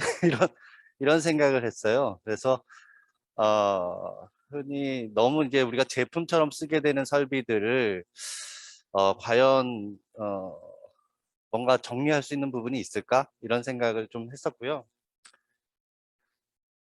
그런 틀에서 사실 막상 보니까 뭐 저도 마찬가지지만 주변에도 바라보면 저희가 생활하고 있는 공간에 설비들이 있는데 뭐 작고 크건 간에 좀 포장해서 말씀드리면, 과장해서 말씀드리면 멀쩡한 게 없습니다. 그러니까 쓰다 보면 멀쩡한 게 없어요. 새 것도 좀 멀쩡한 게 없는 경우도 많고요. 또 경험하신 상황도 있을 것 같아요. 그래서 이 전반적인 사항들을 좀 정리를 하는 건 되게 중요하겠다. 뭐 저를 포함해서 저희 3세부 연구진이 다 같은 생각으로 지금 움직이고 있고요. 그래서 그걸 한 대에 좀 그림을 그려보면 결과적으로 냉난방, 환기, 급탕, 조명 뭐 이런 게 소규모에도 들어가는 부분인데, 이 부분이 좀 더 품질 확보가 관리하고 확보가 용이하고 결과적으로 유지관리상에서 좀 보장되어 있는 제품의 성능이 유지될 수 있게끔 어떻게 하면 좋을까에 대한 부분에 대한 고민이 핵심이 아닐까라는 생각이 들고요. 그리고 뭐 저에너지가 됐던 제로에너지 건축물로 저희가 리모델링이 됐든 신축이 됐든 하게 됐을 때 거기에 걸맞는, 거기에 필요한 제품 개발이 어쨌든 수반되어야 되는 거 아닌가 이런 생각을 하고 있습니다. 보시면 아시겠지만 앞에 저희 연구단 전체 소개에서도 있어가지고 뭐 내용상으로는 개략적으로 이해가 되실 텐데, 일단은 냉난방, 급탕, 환기에 대한 시스템을 통합해서 어쨌든 제공할 수 있는 패키지 시스템에 대한 개발이 필요할 것 같고요. 제품 개발에서는. 그리고 일단 리모델링이든 아니면 기존이 됐든 아니면 신축이 되더라도 기존 제품과 통합시켜서 잘 운영할 수 있는 어쨌든 장치 개발이라는 게 필요할 것 같다는 생각이 듭니다. 그리고 저희가 뭐 설계, 설치, 운영 단계에서 결과적으로 서두에 말씀드렸듯이 리스크라고 하는 부분을 안고 있는데, 그 부분의 내용을 서로 간에 어쨌든 관리할 수 있는 좀 체계화된 접근, 서비스 이런 부분이 또 필요할 것 같고요. 그리고 뭐 외피가 좋아지면 결과적으로 내부의 그 습도 환경이라든가 이런 부분도 또 중요해지는데 거기에 걸맞게 추가적으로 아직은 보편화되지는 않았지만 어쨌든 제습에 탁월한 데스칸트 제습 장치 이런 부분도 필요하지 않을까라는 생각을 갖고 있습니다. 그리고 저희가 그 설계 단계에서 결과적으로 건축사가 주로 이 소규모 건축물을 설계할 때 있어서 좀 더 설비적인 부분의 검토가 용이하게 용량이라든가 이런 걸 검토할 수 있게끔 부하 계산 툴에 대한 접근을 하고 있고요. 실제 아시다시피 유지관리상에서의 제품의 수리라던가 뭔가 이렇게 유지관리 측면에서 접근하는 그 주체는 대부분이 사용자가 되거든요. 그러다 보니까 사용자가 그 부분을 인지할 수 있는 어쨌든 정보 공유 체계도 필요하지 않을까 이런 생각이 들고 있습니다. 거기서 일단은 저희가 앞에 얘기했던 설계 기준하고 같은 맥락인데 그 부분을 이제 리스크 관리라고 하는 표현으로 썼고요. 그리고 운영할 때 뭐 에너지를 좀 유용하게 써야 되는데 그랬을 때 좀 사용자가 인지하고 관리할 수 있게끔 냉방을 하든 난방을 하든 적정한 수준에 대해서 스스로 인지할 수 있게끔 서비스해주는 정보를 서비스해주는 에너지 관리에 대한 어쨌든 기술도 필요하다 이렇게 생각을 하고 진행을 하고 있습니다. 이 전체적인 내용을 일단 묶어서 연계를 시키고 뭐 어떻게 또 보급 확산을 할 것인가 그리고 그거에 대해서 어느 정도 효과가 있음을 검증할 것인가에 대한 역할을 건축학회에서 하고 있고요. 그래서 이제 실질적으로는 앞서 설명드렸던 내용의 연장선이지만 그러니까 설비에 있어서는 대부분이 사실은 소규모 건축물에서 다루고 있는 기술들이 반영될 수 있는 대상이 아닐까. 예를 들어서 저희가 중소형 아니면 좀 큰 건물이라도 개별실로 운영되는 개별존에 대한 설비들은 이 소규모하고 같은 제품들이 들어가거든요. 그러니까 그 대상이 좀 폭넓다라고 보여지고요. 거기에 따라서 설계자, 설치 시공자, 그리고 사용자 이런 분들이 좀 다양한 분들이 관여하는 대상이다 보니까 거기에 공유될 수 있는 정보 공유가 되고 그 내용이 좀 더 서로 확인이 가능한 용이한 그런 체계 서비스가 필요할 거라고 생각이 듭니다. 그래서 두서없이 잠시 말씀을 드렸지만 어쨌든 설계 단계의 접근, 부하 계산이라던가 이런 설계 단계 접근이 있고 설치 단계의 제품 개발이 있고 그 다음에 이제 관리상에서의 서비스 체계가 있으면 큰 틀 안에서의 설계, 시공, 유지관리 이런 체계 속에서 라이프 사이클 속에서 서비스하는 기술을 우리가 접근할 수 있지 않을까 이런 생각을 하고 있고요. 거기에 맥락상으로는 뭐 지금 계략적으로 저희가 바라보고 있는 틀이지만 기존에 이런 기술 개발이 없었을 때의 대비 사실은 기술 개발이 단계적으로 활용이 된다라고 하면 소비 에너지 절감의 효과에도 기여할 수 있을 것 같다 이런 생각을 하고 있습니다. 각 기술별로 일단은 설계 그리고 설치 단계의 제품 그리고 운영 단계의 내용으로 이렇게 사이클상으로 각각의 내용을 간단하게 설명을 드리겠습니다. 그러면 이제 설계 기준인데요. 설비의 설계 기준 저희가 이제 리스크 관리라고 하는 부르면서 지금 진행하고 있는 내용인데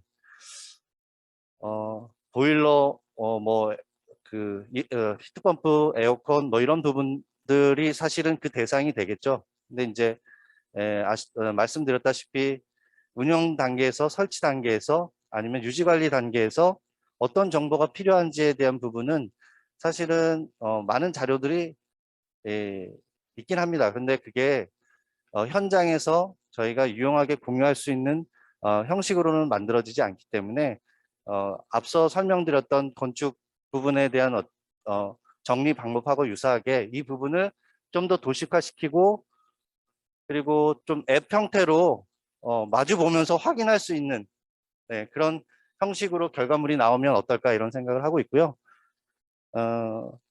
좀 이제 진행 단계에서 그 구체적인 그림을 어떻게 더 다듬어야 되는지, 어떻게 로직적으로 잘 어서스해서 표현해 줘야 되는지에 대한 고민을 하고 있다라고 보시면 될 것 같습니다. 그래서 실질적으로 만약에 이게 되면 뭐 예를 들어서 저희 집에 보일러가 고장 났는데 당연히 동네 아니면 그 메이커에서 그 같이 연계해서 그 운영하는 그 센터에서 나오겠죠. 그래서 그 분이 보일러를 고쳐주든 뭘 하든 아니면 그런 액션들을 취할 텐데 거기서 사용자가 한 번 더 그 부분을 확인할 수 있는 자료가 있다라고 하면 우리가 큰 틀에서 뭐 에너지도 그렇지만 소비 에너지 측면, 그러니까 전반적인 라이프 사이클 속에서의 그 효율성 이런 부분은 좋아질 수 있을 것 같고요. 그 부분에 대한 공감대 속에서 서로 더 신경 쓸 수 있는 여건이 만들어지지 않을까라는 생각이 듭니다.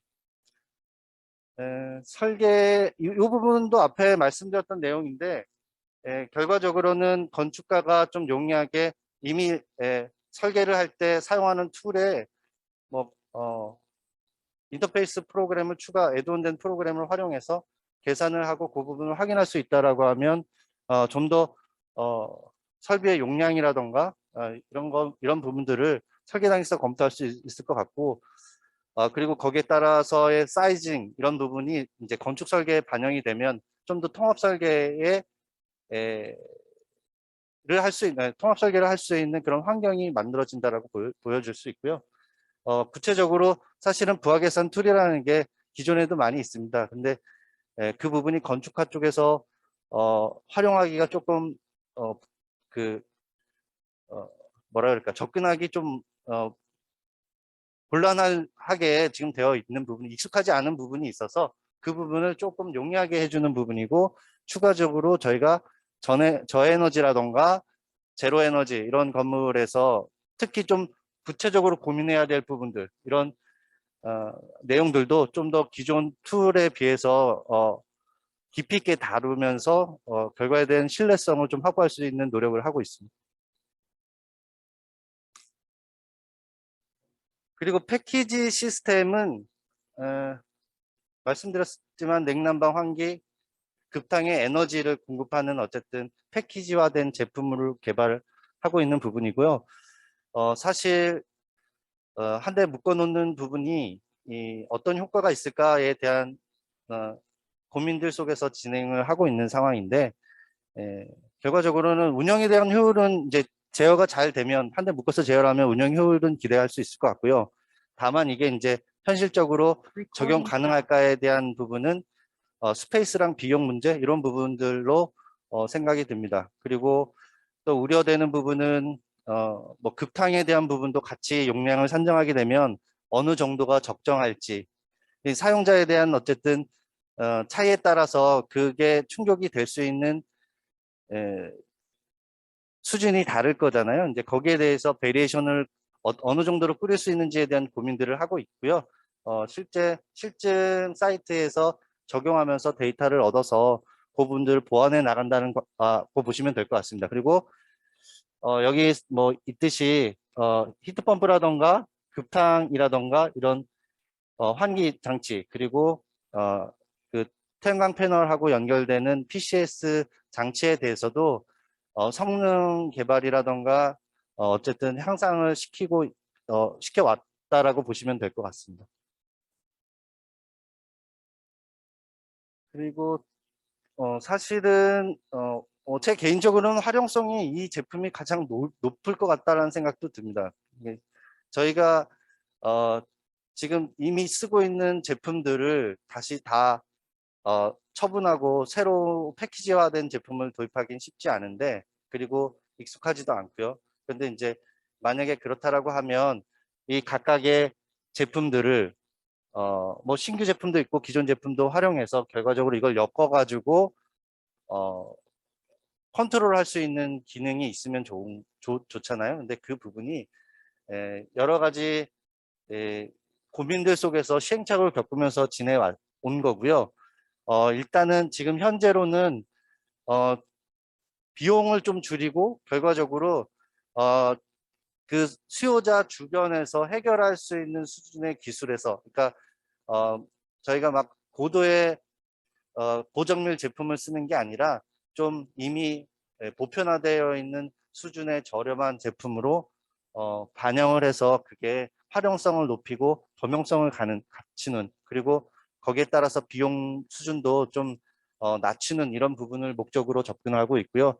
일단은 사실은 작년까지만 해도 저희가 주로 냉난방기 쓰는 거는 에어컨 같은 경우도 우리나라 대기업 2개사가 대부분이잖아요. 근데 그 대기업 제품들하고의 연동성에 대한 고민들을 많이 했었는데 그 부분도 올해 저희가 접근할 수 있는 해결책을 찾았습니다. 그래서 이 부분이 되면 사실은 현실적으로 가장 유용한 접근을 소규모에서 할 수 있는 제품이 만들어지는 거 아닌가라는 생각을 하고 있습니다. 네, 그리고 뭐 이 부분은 과제를 시작하기 전에 요구사항에도 들어가 있던 하나의 뭐 제품군이어서 저희가 접근을 하는 부분인데, 추가적으로 이미 뭐 기성 제품도 있지만 추가적으로 접근하고 있는 거는 기존 환기 라인에 데시칸트 제습기를 붙여서 좀 병용해서 쓰는 방법도 지금 같이 고민을 하고 있는 부분이고요. 좀 다소 걸림돌은 비용 측면에서 이게 적용성을 어느 정도 확보할 수 있을지에 대한 부분은 이 부분은 뭐 여전히 고민하고 있는 부분이라고 보시면 될 것 같습니다. 이런 핵심적인 내용들로 저희가 그 소규모 설비 기술, 건축의 설비 기술을 개발하고 있는데, 여기에서 사실은 아무리 좋은 제품, 유용한 제품, 저렴한 제품을 설치하더라도 사용자가 잘 사용하지 않으면 크게 효과를 기대하기 어렵잖아요. 이게 제 기억으로 한 2, 3년 전에 미세먼지가 많이 있을 때 저희 집에 공기청정기를 하나 가지고 왔는데, 공기청정기가 그전에는 좀 없던 기능들이 많더라고요. 정보를 많이 줬습니다. 최근에 나온 제품들은 다 그 정보를 주지만, 그러니까 원격지에서도 그 상태를 알 수 있고, 그리고 그 내용을 보면 내가 언제 일어났구나를 이렇게 볼 수 있는, 이렇게 분석이 가능하더라고요. 그래프를 보면. 그래서 이거 되게 유용하다. 근데 지금은 안 씁니다. 예, 보기가 힘들어요. 이렇게 관심이 있어야 보게 되는 건데, 이제 그런 틀 안에서 사실은 삶에 녹아 있어야 되는데, 제품 하나에 그 기능이 있다고 해서 우리가 현실적으로 쓰기는 조금 어려운 부분이 있어서, 이 부분을 뭐 저희가 지금 고민하고 해결해야 되는 부분이지 않을까라는 생각이 들고요. 1차적으로는 앱 형태의 서비스를 좀 갖는 기술 개발로 접근을 하고 있고, 기존 장치하고의 연동도 좀 정보의 연동이지만, 사실은 지금 저희가 개발 단계에서 기존 제품 센서하고의 통신이라든가 이런 부분의 정보를 수집하고 그 서비스를 구현하는데 좀 애로사항이 있어서 뭐 여러 가지 관점에서 봤을 때는 같이 장치에 대한 그 통합 센서 모듈에 대한 부분도 같이 좀 부가적으로 접근을 해서 이걸 가지고 좀 현실적으로 사용자가 지금 내가 쾌적한 온도는 몇 도인지, 내가 지금 상태에서 쾌적한지, 아니면 이 상태로 계속 냉방이든 난방이든 환기든 했을 때 에너지 비용이라던가 이런 부분들이 어느 정도인지를 인지하고 좀 지낸다면, 기기를 운영한다면 그 부분이 사실은 소비 에너지를 줄일 수 있는 가장 효과적인 방법이 아닐까라는 생각을 하고 있습니다. 건축학계가 뭐 이런 부분들을 사실은 잘 확산시키기 위해서 그 체계화를 시키고 있고, 그리고 좀 대상 건물에 대해서 효율 등급에 대한 수준을 좀 손쉽게 확인하기 위한 방법론을 만들고 있고요. 그리고 제습 환기 장치가 기존에 이제 평가 부분에 대한 기준들이 좀 불명확한 부분이 있어서 그런 부분을 좀 정리해서 지금 저희가 설비 기술 개발에서 접근하고 있는 내용들에 대한 종합적인 검증 이런 부분들을 다루고 있습니다.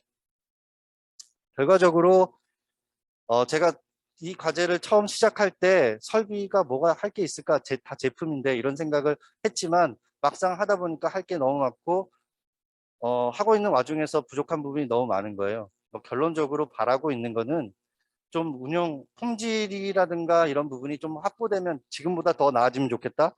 그리고 실제 운영 부분도 물론 개인의 성향이 있지만 인지하고 운영하는 거랑 알고 운영하는 거랑 그냥 운영하는 거랑은 다르잖아요. 그 알고 운영해서 좀 더 개선 효과가 있으면 좋지 않을까라는 생각으로 저희가 연구를 진행하고 있고 결과물을 내려고 노력하고 있습니다. 이상입니다. 예, 이제 그 연구진 분들의 발표는 다 끝났고요. 지금 다음은 저희가 자문위원으로 모신 네 분의 자문 의견 수렴 절차입니다. 네, 그럼 먼저 오늘 토론회에 참석해 주신 자문위원님들 네 분을 소개해 드리겠습니다. 제 오른쪽으로 박진철 중앙대학 교수님 참석해 주셨습니다. 이정재 동아대학교 교수님 참석해 주셨습니다. 박인수 새건축사협회 회장님 함께해 주셨습니다. 김국환 건축사님 참석해 주셨습니다. 예, 앞서 우리 연구잔당님을 비롯한 연구진들의 발표가 있었습니다. 들으신 내용대로 전체적인 내용은 소규모 건축물의 여러 가지 특성 아시는 대로 엔지니어의 여러 가지 입장들을 활용하기 어려운 현실이 있습니다. 가장 큰 것은 비용의 문제가 있고 또 실제 현장에 굉장히 영세한 측면들이 있습니다. 이런 것들을 종합해서 바람직한 소규모 건축물의 품질 관리 방안과 에너지 최적화, 설계 기술, 시공 기술에 대한 전반적인 내용들을 발표를 들으셨습니다.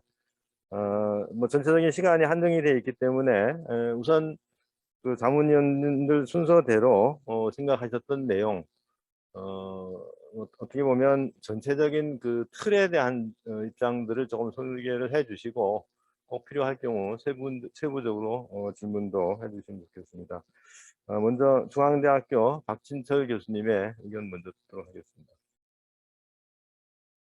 예, 오늘 발표 잘 들었고요. 저는 이게 최근에 탄소 중립, 온실가스 저감, 그린 뉴딜 그러면서 국토교통부나 정부에서도 제로 에너지 건축물, 에너지 절약 그러고 있는데 특히 건축물에서 이게 소규모 건물에 대한 에너지 소비도 아주 많습니다. 그래서 그런 거를 지금 여기 단장님 말씀하셨지만 그 소규모 건축물에 대한 품질 관리 방안하고 에너지 최적화에 대한 거를 다루고 있다 그래서 내용을 참 이런 게 필요한데 아주 시기적절하게 잘 하시는 것 같고 또 내용도 보니까는 아까 보니까는 특히 그 최정만 소장님을 비롯해서 그 저기 두 분 교수님들하고 특히 또 한일 MEC에서 이렇게 분야를 나눠서 해주시는데 저는 이제 지금 단장이 말씀하셨지만 크게 봐서 제가 이제 과거 얘기를 하면 우리 저기 박인수 우리 건축사협회 회장님께서 아실는지 모르지만 최정만 소장님도 제가 30년 전에 1990년에 그때 제가 박사과정에 있을 때 건축사협회하고 에너지관리공단입니다. 그때는 거기서 뭐라 하냐면 에너지 절약 기술 설계라는 그 가이드라인을 하나 만들어 달라 그래서 그거를 중앙대 이용구 교수님하고 저하고 둘이서 그걸 제일 먼저 그래서 주택부터 가이드라인을 만들었는데 그때 뭐를 참조를 했냐면 에너지 인폼이라는 미국의 AIA, 미국 건축사협회에서 만든 가이드라인이 있어요. 그게 되게 그림으로 해서 되게 이렇게 아주 건축사들이 알기 쉽게 설명을 했더라고요. 그래서 그걸 보고서 우리나라도 이런 게 필요하구나 해서 가이드라인을 만들었더니 그때 사협회나 에너지관리공단에서 그 괜찮다 그러면서 주택편에 이어서 그 다음에 공동주택, 그 다음에 병원, 숙박시설, 에너지가 많이 쓰이는 건물 이렇게 크게 하다가 95년도에는 그때는 건교부죠. 건교부에서 이제 사무소 건물이 에너지 소비가 많다고 그쪽으로 이제 나가고 그때부터는 뭐 이제 에너지에 대한 게 막 이제 중요하다고 그렇게 됐는데 그래서 제가 과거 얘기를 잠깐 했지만 그때에 비하면 지금 내용들이 훨씬 좋아지고 하는데 저는 이제 좀 큰 틀에서 요게 그 에너지에 대한 그런 가이드라인하고 품질 더군다나 이제 품질 최정만 소장님 말씀하신 품질에 대한 것까지 한다 그러면은 너무 좀 디테일한 것보다는 조금 더 크게 그러니까 예를 들어서 그 미국 건축 사협회들이 에너지 인폼이라는 틀에서 조금 크게 큰 틀에서 다뤄주셨으면은 더 좋지 않은가 하는 생각이 들고 아까 이병현 교수님이 이제 설명한 것 중에 특히 이제 그 여름철에 그 전기 사용량이 좀 그게 적다 그래서 이제 그런 부분은 특히 지금 최근에는 우리 경제 수준이 다 높아져 가지고 에어컨 없는 집이 없고 그래서 여름철에 에어컨 때문에 소형 그 건축물이라도 그 전기 사용량이 늘어나는 그런 거하고 그다음에 마지막으로 네 번째 한일 MC 엄태윤 소장님이 아까 소규모 건축물에 설비가 뭐 있겠느냐 했지만 지금 최근에 뭐 예를 들어서 소규모 건축물도 환기 시스템이나 특히 제습 또 냉난방에서 아마 그런 쪽에 에너지 소비가 많은 것 같아서 그런 쪽에 조금 더 이렇게 좀 큰 틀에서 다뤄주셨으면은 이게 좋은 가이드라인이나 그런 게 되지 않을까 하는 차원에서 말씀드렸습니다. 이상입니다. 예, 박진철 교수님 말씀 잘 들었습니다. 요지는 지금 발표하신 내용들이 사실은 체계적으로 잘 정리가 되어 있습니다만 상당히 디테일한 부분까지 포함하고 있지 않느냐 뭐 이런 입장이었었는데 연구단 전체의 연구 방향은 조금 이제 다를 수가 있어서 그 부분을 참고해서 입장을 반영하면 될 것 같습니다. 다음은 우리 동아대학교 이정재 교수님 의견 듣도록 하겠습니다. 제가 오늘 그 사전에 뭐 데이터는 받지 못하고 오늘 와서 쭉 이렇게 발표하시는 거 듣고 많은 생각을 했습니다. 사실 저희가 이제 건축물의 소비 에너지 최적화 설계 시공 기술이 매우 중요한데 그간 뭐 이 소규모 건축물에 대해서는 상당 부분 굉장히 중요한데도 불구하고 좀 등한히 했었다는 느낌이 있고요. 제가 대학 가서 26년이 됐지만 그 전에 삼성에 근무하면서도 건축물에 있어서 우리나라는 디테일이 좀 떨어진다. 이 디테일이 부족하기 때문에 결국 하자가 많이 발생된다는 것이 뭐 예전부터 쭉 알려져 있었습니다. 국토부 하자 분쟁 조정위원회라는 것이 있는데 거기서도 보게 되면 하자의 대부분이 이제 이 소규모 건축물의 하자의 대부분이 이제 에너지와 관련되는 부분은 이제 뭐 결로나 이런 부분이 있었고 뭐 또 층간소음 이런 것도 있었는데 이때도 보게 되면 대부분 다 이 디테일이 좀 부족하고 시공 가이드라인 이런 것들이 뭔가 뭐 정립되어 있지 못해서 그러다 보니까 이제 영세한 업체에서 이 케이스 바이 케이스로 이제 시공을 하면서 많은 문제점이 발생되는 것을 알고 있었습니다. 그래서 그때부터도 이렇게 소규모 건축물에 있어서의 이런 그 설계 시공 가이드라인 뭐 이런 것들을 구축해야 된다 하는 생각을 많이 갖고 있었는데 이것이 이제 연구단으로 시작돼서 이제 3년째 연구가 진행되는 걸로 제가 알고 있고요. 오늘 뭐 발표를 듣다 보니까 많은 것들이 이제 이 연구되어서 굉장히 감명이 깊었습니다. 제가 이제 뭐 생각은 굉장히 지금 잘 하시고 계신데 제가 생각을 조금 말씀드리게 되면 이 설계 시공 핸드북에 대한 것들을 제가 지금 어떤 내용인지는 정확하게 파악하고 있지 못하지만 결국은 소규모 건축물에 있어서의 제일 중요한 부분이 단열, 우리가 패시브 하우스에서도 알 수 있듯이 결국은 각종 단열의 디테일, 그리고 주택에 있어서 환기 시스템에 대한 이 설치 방법, 뭐 이런 것들이 굉장히 중요한데, 그런 이 디테일을 조금 더 상세하게 제시하는 것이 좋지 않겠는가 이런 생각을 하고요. 아까 보니까 이 소규모 건축물 품질 향상 가이드 제가 잠시 몇 개를 이제 봤는데, 여기서 뭐 상당 부분 어그리할 수 있는 부분도 있지만 조금 제가 볼 때는 이렇게 그 결론이 나서는 오히려 여러 가지 문제점이 생기지 않을까 하는 부분도 있었습니다. 그 중에 대표적인 것이 이제 뭐냐면 이 전열기관 환기 시스템이 최근에 이제 그 에너지 소비 절감 때문에 많이 도입되고 있는데, 이것이 이제 필터 교체나 아니면 엘리먼트 코어 교체 이런 것들이 어렵다고 해서 이것을 이제 바닥 상층형으로 가지고 갔을 때는 오히려 이제 덕트가 노출된다든지 그리고 그런 것들로 인해서 오히려 그 소비자들이 안쪽에 상층형으로 했을 때 여러 가지 문제점은 발생될 수 있다. 그래서 어느 나라든지 제가 독일이든지 일본에 이런 연구들이 쭉 돼 있고, 뭐 그쪽 나라들은 이제 이 하우스 중심으로, 주택 중심으로 굉장히 많은 디테일이 그려져 있는데요. 대부분 다 천장에 설치를 합니다.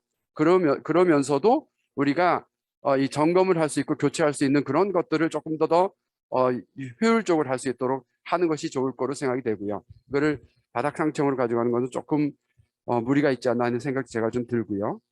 그 다음에 이제 이 열교 부분을 지금 우각부에서 열교 부분을 이제 좀 막기 위해서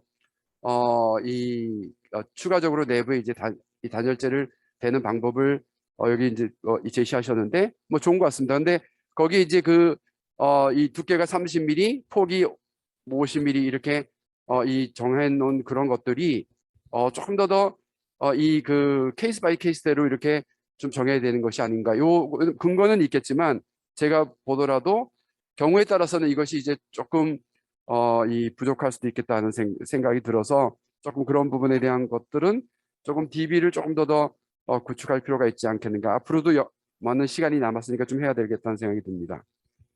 재밌게 본 부분은 제가 웹 기반의 성능 진단, 리모델링, 의사결정 시스템 부분인데요. 사실은 이제 저희도 그 에너지 플러스라든지 디자인 빌더 이런 거를 가지고 주택을 해석해 보게 되면 실제 건축물의 이 가스 소비량, 전기 소비량을 합친 원단위하고 굉장히 많은 차이가 발생하는 것을 알 수가 있었습니다. 그 부분, 뭐 대부분은 사실은 사용자 패턴이 이제 틀리기 때문에 그런 부분이 발생될 수 있어서 아까 표준 모델에 대해서 그런 부분에 대한 그런 부분을 이제 오차를 맞추기 위해서 굉장히 헬스 데이터하고 이런 이 보정 작업 이런 것들이 굉장히 좋아 보였는데요. 근데 이제 이렇게 이제 웹 기반으로 성능 진단하고 리모델링 의사결정 시스템을 했을 경우에 조금 더 아까 제가 뭐 정확하게는 잘 모르겠지만 이 소비자들이 사실은 내용을 잘 모를 수도 있기 때문에 이것을 어떻게 좀 효율적으로 활용할 수 있는지 하는 그런 가이드라인 이런 것들을 조금 더 분명하게 만들어 놓으면 좋지 않을까 이렇게 생각합니다. 마지막으로 이제 사실 주택에 있어서의 설비 최적화 이 부분에 대한 것들이 어떤 면에서는 굉장히 단순하고 또 어떤 면에서는 어렵습니다. 그런데 오늘 이제 이야기해 주신 부분 중에서 데시컨트 제습에 대한 이야기가 나와서 이 부분은 아직까지 우리나라에서 데시컨트 제습을 도입하기에는 여러 가지 어려움이 많습니다. 왜냐하면 LG전자에서도 뭐 이런 부분을 하려고 오랫동안 했었지만 사실은 코스트 이펙티브한 그런 시스템을 만들기도 어렵고, 사실 데시컨트 제습은 데시컨트 로타를 재생하는데 열이 필요한데 그거를 지금 현재는 히트 펌프를 별도로 두어야 되기 때문에 이것이 과연 주택에 있어서 에너지 소비 에너지를 최적화시키는데 과연 현재 적용할 수 있는 아이템인가 하는 부분에 대한 것들은 조금 의문이 같습니다. 그래서 제가 느끼기에 이제 이런 소규모 건축물의 설비 부분에 있어서는 우리가 이런 부분에 대한 그 분배라든지 뭐 아주 굉장히 전통적으로 하지만 그리고 환기 시스템에 있어서의 그런 그 덕트 레이아웃 이런 것들을 통해서 에너지를 절감할 수 있는 뭐 것들 뭐 이런 것들도 조금 중요하게 판단하셔서 이 결과물이 나오면 좋지 않겠는가 이렇게 생각합니다. 전체적으로 뭐 오늘 제가 이 사업단의 연구단의 내용을 들으면서 정말 우리 현재 우리나라에서 꼭 필요한 뭐 이 주택, 뭐 연립주택 포함해서 소규모 건축물의 소비 에너지에 최적화 설계 시공 기술을 한다고 해서 굉장히 기쁘게 생각하고요. 아무튼 좋은 디테일이 좀 많이 나와서 앞으로 소규모 건축물의 소비 에너지가 좀 최적화될수록 했으면 좋겠다는 생각합니다. 이상입니다. 네, 안녕하십니까. 저도 굉장히 긍정적으로 생각이 되고요. 또 이런 연구가 좀 뒤늦었다고 생각이 듭니다. 뒤늦었지만 꼭 필요한 연구가 아닐까 이런 생각이 듭니다. 오늘 들으면서 제가 조금 코멘트할 부분들을 몇 가지 좀 말씀드리고자 하는데요. 먼저 이제 이 기준이 만들어진다는 건 참 좋을 것 같아요. 근데 이 건물을 만드는 건축을 행하는 입장에서 보면 소규모 건축물의 소비 에너지 최적화라는 타이틀은 있지만 저희가 어차피 건축물을 만드는 과정 중에 이 문제가 있는 것입니다. 그러니까 이런 기준들이 어처구니 없게도 어떻게 보면 지금 소규모 건축물의 플레이어들의 실력을 떨어뜨리지 않을까 이런 생각도 살짝 해봤습니다. 반대의 경우인데요. 그러니까 예를 들면 사실 플레이어들이 굉장히 중요하거든요. 소규모 건축물을 하는 여기서 플레이어란 뭐 설계하시는 분들도 있고 감리하시는 분도 있고 시공하시는 분도 있고 또 자재하시는 분들도 필요하고 뭐 이런 굉장히 다양한 분들이 필요할 텐데 그런 분들과의 좀 관계를 한편으로는 생각해 주셨으면 좋겠다. 그런 생각을 하나 했고요. 제가 개인적으로 굉장히 반가웠던 건 모든 자재가 물성치를 강제해야 된다는 말씀은 전 굉장히 공감하고요. 실제로 그 물성치가 없는 자재는 건축에 사용될 수 없도록 하는 것이 굉장히 중요하겠다. 그런 생각을 했습니다. 그다음에 이제 그 말씀도 또 이어서 이제 재료의 물성치, 그다음에 설계 기준, 그다음에 시방서 이렇게 말씀을 해주셨는데 시방서를 조금 더 쉽게 도식화. 근데 이제 저는 사실 오늘 주제랑은 좀 벗어나지만 국내의 시방서가 소위 신뢰할 수 있느냐에 대해서 저는 의문을 갖고 있습니다. 즉 다시 말해서 우리나라 그 시방서가 사실은 이 시방서를 만든다는 거는 그 시공을 지시하거나 시공을 이렇게 하라고 표준을 제공하는 것이라서 굉장히 많은 이 시공과 관련된 많은 분들의 의견이 반영되었었어야 함에도 불구하고 국내는 이제 시공사에서 이 시방서를 만들었다는 게 가장 큰 문제입니다. 그러다 보니 이게 좀 시공하시는 분들한테는 죄송한 얘기가 되겠지만 이 스스로 자기의 그 규정을 만든다는 거니까 이게 제대로 됐을 리가 없습니다. 또 실제로 읽어보면 저는 개인적으로 한미합동 시방서라고 그 비교 연구를 한번 했는데 그 시방서의 그 혈액형이 굉장히 다릅니다. 아예 완전히 다릅니다. 그래서 저희 거는 진짜 어떻게 보면 너무 너무 라이트하고 어떻게 보면 기준이 없다고 얘기할 정도로 되어 있어서 한편으로는 시방서가 좀 디벨롭 되는데도 기여했으면 좋겠습니다. 그 다음에 아까 이제 그 구조 이 뭐 표준화된 도면들을 제공해 주신다 근데 아주 좋고요. 구조를 되게 RC 그 베이스 구조를 RC 목적 경량 철골 다 좋고요. 근데 마감재도 좀 한 대여섯 가지로 저희가 기본적으로 쓰는 것들로 정해서 좀 같이 갔으면 좋겠어요. 그래서 뭐 제가 생각을 했을 때 석재, 금속, 비금속, 패널 혹은 시트, 스타코, 벽돌, 페인트나 타일 뭐 이 정도 아닐까. 그럼 이제 합하면 15가지가 되는 거죠. 사실 그 베이스하고 외장재에 따라서. 그럼 한 15가지 정도의 표준화된 것들이 있다면 바닥벽, 천정, 기초 이렇게 있다면 그럼 한 60가지 되겠네요. 그렇게 있다면 성경으로서 작용할 것 같습니다. 특히 그 시방서의 그 공정별로 이제 관리되는 것들을 좀 말씀들을 많이 해주셨어요. 그 견적서와. 근데 시방서에서 제일 중요한 것은 총론인데요. 오늘 이 주제랑 꼭 맞진 않지만 지금 이제 국내 그 LH 시방서나 이런 공공기관 시방서에 보면은 모든 결정을 감독관이 하도록 되어 있습니다. 근데 이 감독관이 사실은 그 건축에 대한 지식이 없어요. 가장 중요한 게 미국 시방서랑 가장 다른 게 모든 결정을 설계자가 하도록 되어 있거든요. 그러니까 이런 측면에서 지금 국내의 그 시방서는 굉장히 다시 한번 읽어봐야 될, 그러니까 조정되어야 될 필요가 있다. 이런 그런 거에 원인이 되었으면 좋겠습니다. 그다음에 아까 그 그림 이렇게 사진이라든지 도식으로 설명을 하신다 그랬는데 그거는 기획하셔야 됩니다. 그러니까 이게 사진을 넣었다라는 게 어떻게 보면 책을 던져버리는 읽지 않게 하는 수도 있어요. 그러니까 그림을 넣고 사진을 넣었다는 건 굉장히 중요한 일이기 때문에 굉장히 잘 일러스트가 기획되어야 됩니다. 그러니까 사진을 넣었다는 건 별로 중요하지 않고요. 내용이 전달되는 사진들이 필요한 것입니다. 그리고 전반적으로 그 아까 그 자기 주택을 이제 평가할 수 있는 시뮬레이션들은 뭐 괜찮은데 건축주가 이 업무의 주 타겟이 그러니까 즉 일반 사용자들이 이 지금 연구의 주 타겟이 되어서는 저는 안 된다고 생각합니다. 왜냐하면 이분들한테 이걸 맞추어 가다 보면 지금 실제로 연구 자체가 마무리되기가 좀 어려울 수도 있고요. 저는 개인적으로는 전문가용 버전이 되어야 될 것 같고 그 다음에 이건 추가적으로 해야 되지 않을까. 그래서 타겟이 전문가용으로 가야 될 것이고요. 그 다음에 뭐 이제 민간용, 일반용으로 이제 좀 더 풀어가는 그런 순서가 맞지 않을까. 왜냐하면 처음부터 이게 너무 그 일반용으로 하다 보면 좀 저희가 내용을 놓칠 것 같은 우려가 듭니다.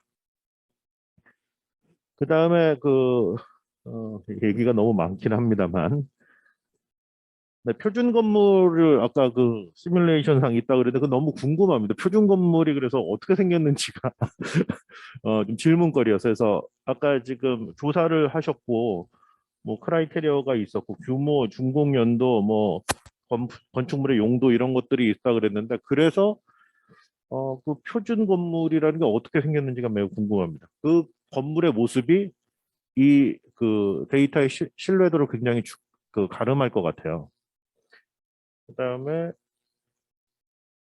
네, 그런 것들이 중요하고요. 그다음에 그런 것도 좀 그 연립주택에 아까 이제 하는 그 표준주택주 연립 이런 게 있는데 사실 아시겠지만 다세대랑 연립은 상당히 달라서요. 건물 연립 같은 경우는 그 어떤 그 주변 건물의 영향도 있지만 그 유니트가 어디에 있느냐도 굉장히 다르거든요. 그러니까 테두리에 있느냐 아니면 가운데 쪽에 있느냐 이런 것도 되게 중요한 변수가 될 수 있을 거로 생각을 했습니다. 마지막으로 저희 장치, 건축물에 쓰이는 장치나 기계에 대해서는 접근 방식을 조금 다시 한번 생각해 주시면 어떨까 이런 생각인데 왜냐하면 디바이스 자체의 문제로 이게 가서는 안 될 것 같습니다. 그래서 이게 장비를 통한 건축 환경의 문제로 가야 되지 않을까 이런 생각을 들었고요. 그러니까 이게 무슨 얘기냐면 장비 자체가 너무 과하다, 너무 뭐 약하다, 혹은 뭐 제품이 좋다, 나쁘다 이런 식의 문제보다는 이 장비들이 그 건축 환경, 내부 건축 환경과 외부 건축 환경에서 어떤 영향을 미치는가 이런 쪽으로 가야 될 것 같고요. 그 다음에 저는 지금 쾌적하다, 안 쾌적하다 이렇게 말씀하는 것보단 지금 아까도 말씀은 해주셨는데요. 그 경보 방식 혹은 그거를 깨닫게 해주는 방식. 그러니까 예를 들면 지금 실내 환경이 어떠하다는 사실을 깨닫게 해주는 방식으로 설비들이 좀 진화되어야 되지 않을까 이런 생각을 갖고 있습니다. 그래서 사람들이 나는 쾌적해, 나는 뭐 안 쾌적해, 뭐 너무 습해, 뭐 추워, 더워 이런 표현으로는 지금 저희가 이걸 장비를 다룰 수가 없을 것 같고요. 실제로 내부 환경에서 결로 발생 우려, 뭐 예를 들면 그 다음에 뭐 무슨 질병 발생 우려, 뭐 이런 식으로 좀 수치가 패러미터화 돼서 그것들이 일반인들이 좀 알아들을 수 있는 그런 가능성이 좀 생겨야 되지 않을까 이런 생각을 갖고 있고요.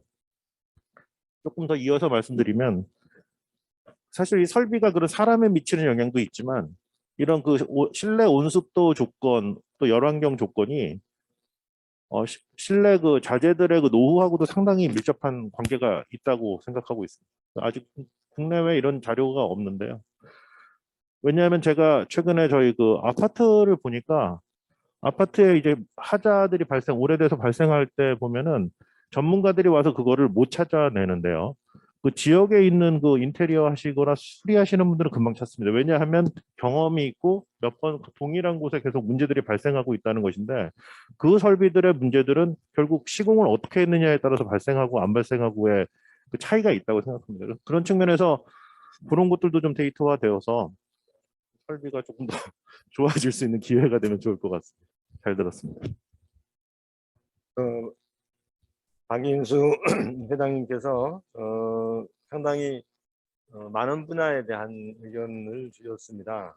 전체적으로 뭐 질문이라기보다는 전체적인 검토를 통한 개인의 어떤 의견이 입장이었고요. 그걸 전체적으로 정리를 하면 일단 소규모 건축물 건축 참여자 입장에서 설계 시공 감리 뭐 등에서 참여자 입장에서 또 전문가적인 어떤 입장에서 이 부분이 좀 검토될 수 있는 여건이었으면 좋겠다라고 하는 것은 이제 큰 틀의 하나의 의견이었고, 두 번째는 그린 리모델링과 관련한 표준 건물의 어떤 설정 요건, 뭐 또 모습이라고 아까 표현하셨는데 어떤 정의에 대한 어떤 입장을 생각할 수 있을 것 같고, 그다음에 이제 설비 부분과 관련해서는 그 설비 자체의 입장보다는 전반적인 접근 방식에 대한 뭐 재고려가 좀 필요한 거 아닌가라는 의견을 주셨습니다.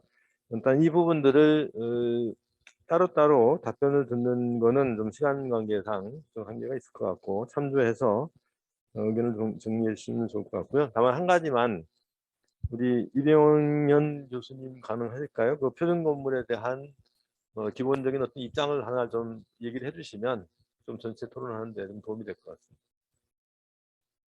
네, 그 통계 데이터로는 그 규모를 산정할 때 면적 기준을 저희가 확인을 하고 있습니다. 그런데 이제 그곳에 각 건물별의 장단변비, 그다음에 층고에 대한 데이터는 통계로 누적이 되어 있지 않기 때문에 저희가 추정할 수밖에 없었고, 그 추정을 이제 거쳤습니다.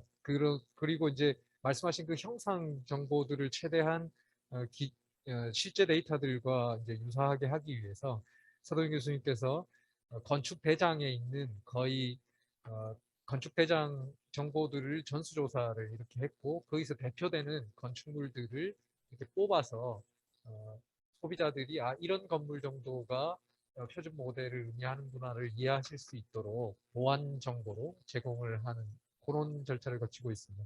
네, 감사합니다. 감사드립니다. 우리 연구단의 전체적인 그 스코프와 관련해서 한 가지 좀 도움이 될 만한 말씀을 드리면, 앞서도 우리 최정만 연구단장께서 얘기를 하셨습니다만, 소규모 건축 시장이 많은 엔지니어가 참여해서 기술적으로 백업을 하실 수 있는 그런 여건이 아니고, 어떻게 보면 건축사 혼자서 일을 다 처리해야 되는 기술적인 어떤 입장이 좀 필요한 여건입니다. 그러다 보니까 실무에서 필요로 하는 상당히 많은 부분들을 체계화시켜서 표현을 했는데, 그 부분들이 지금 이제 그 자문위원들 보시는 입장에서 어떻게 보면 전체적인 입장보다는 부분적인 어떤 시각과 여건으로 생각될 수 있지 않을까 하는 생각도 듭니다. 다만 이러한 것들을 참조해서 어떻게 현실적으로 실무에 이 부분들이 체계적으로 효과적으로 반영이 될 수 있을까라고 하는 관점에 입장이 더해지면 훨씬 효과적인 연구 성과를 얻을 수 있을 걸로 생각이 됩니다. 일단 마지막으로 우리 김국한 건축사님의 의견을 듣도록 하겠습니다. 네, 실제로 이 연구의 결과물을 이제 가장 기대하고 있는 실무에서 일하는 건축사로 한번 말씀을 드려보겠습니다. 아마 이제 소규모 건축물 품질 향상 가이드라고 지금 이미 나와 있는 이 자료들 실무에서 저도 활용을 하고 있고, 그리고 이제 주택 위주로 설계를 하는 소규모 건축사 사무소의 건축사분들 20명 정도가 이제 저희가 스터디 모임을 만들어서 이 가이드라인을 가지고 지금 그동안 이제 저희가 알고 있던 각종 뭐 해외 자료든 아니면 기존의 설계 사무소에서 쓰던 그런 자료들을 한번 비교하면서 좀 어떻게 보면 연구 모임을 하고 있습니다. 그래서 실질적으로 이 데이터들이 벌써부터 좀 쓰이고 있다는 점에서 저는 이 연구 자체를 좀 응원하고 있고 기대를 하고 있습니다. 그래서 상당히 방대한 자료를 체계적으로 정리를 해주시고 그리고 또 앞으로도 이제 더 이게 채워진다는 점에서 상당히 현실에서 많이 활용될 것으로 기대를 하고 있고요. 그리고 건축사들이 이 자료에 대해서 이제 뭐 스터디를 하거나 아니면 이 자료를 보고 바로 활용을 할 수 있게 되려면 제 생각에는 여기에 들어가는 이제 각종 도면 자료라든지 아니면 그런 데이터들이 빨리 확산이 돼야 된다고 생각을 하거든요. 그래서 이런 뭐 이게 물론 이제 교육도 필요할 것 같습니다. 왜냐하면 현재 쓰이고 있는 디테일들이 특히 이제 소규모 현장에서 쓰고 있는 디테일들이 이 가이드라인과는 상당히 다른 부분이 많이 있습니다. 그래서 그것을 시공사들한테 설득하는 과정도 상당히 좀 힘든 과정 중에 하나고, 뭐 실례로 뭐 보통 이제 역전 지붕이라고 말하는 이제 방수 상부의 매단열 공법 같은 경우도 저도 도면으로는 그렸지만 시공사와의 그런 그 과정에서 예, 뭐 실현을 못했던 경험이 있습니다. 그래서 그렇게 건축사뿐만 아니라 사실 시공자들이 이거를 받아들일 수 있는 뭔가 계기나 아니면은 이제 교육이나 뭐 이런 좀 강제성도 필요한 것 같습니다. 그래서 그것들이 연계가 됐으면 좋겠다는 생각이 들었고요. 그리고 한 가지는 이제 이런 시공 가이드나 핸드북 상의 이런 방법들이 실제로 지금 현재 지어지고 있는 건축물의 방법보다는 확실히 더 이제 정석적이고 뭐 FM이라고 본다고 보면은 확실히 이제 시공비에 문제가 있을 것입니다. 확실히 이제 시공비가 더 들 거고, 그리고 뭐 그거는 이제 곧 이제 건축주들의 비용 문제로 연결되기 때문에 그런 좀 현실을 더 그런 자재에 대해서 현실적인 금액까지 좀 반영된 디테일들이 나왔으면 하는 생각이 있습니다.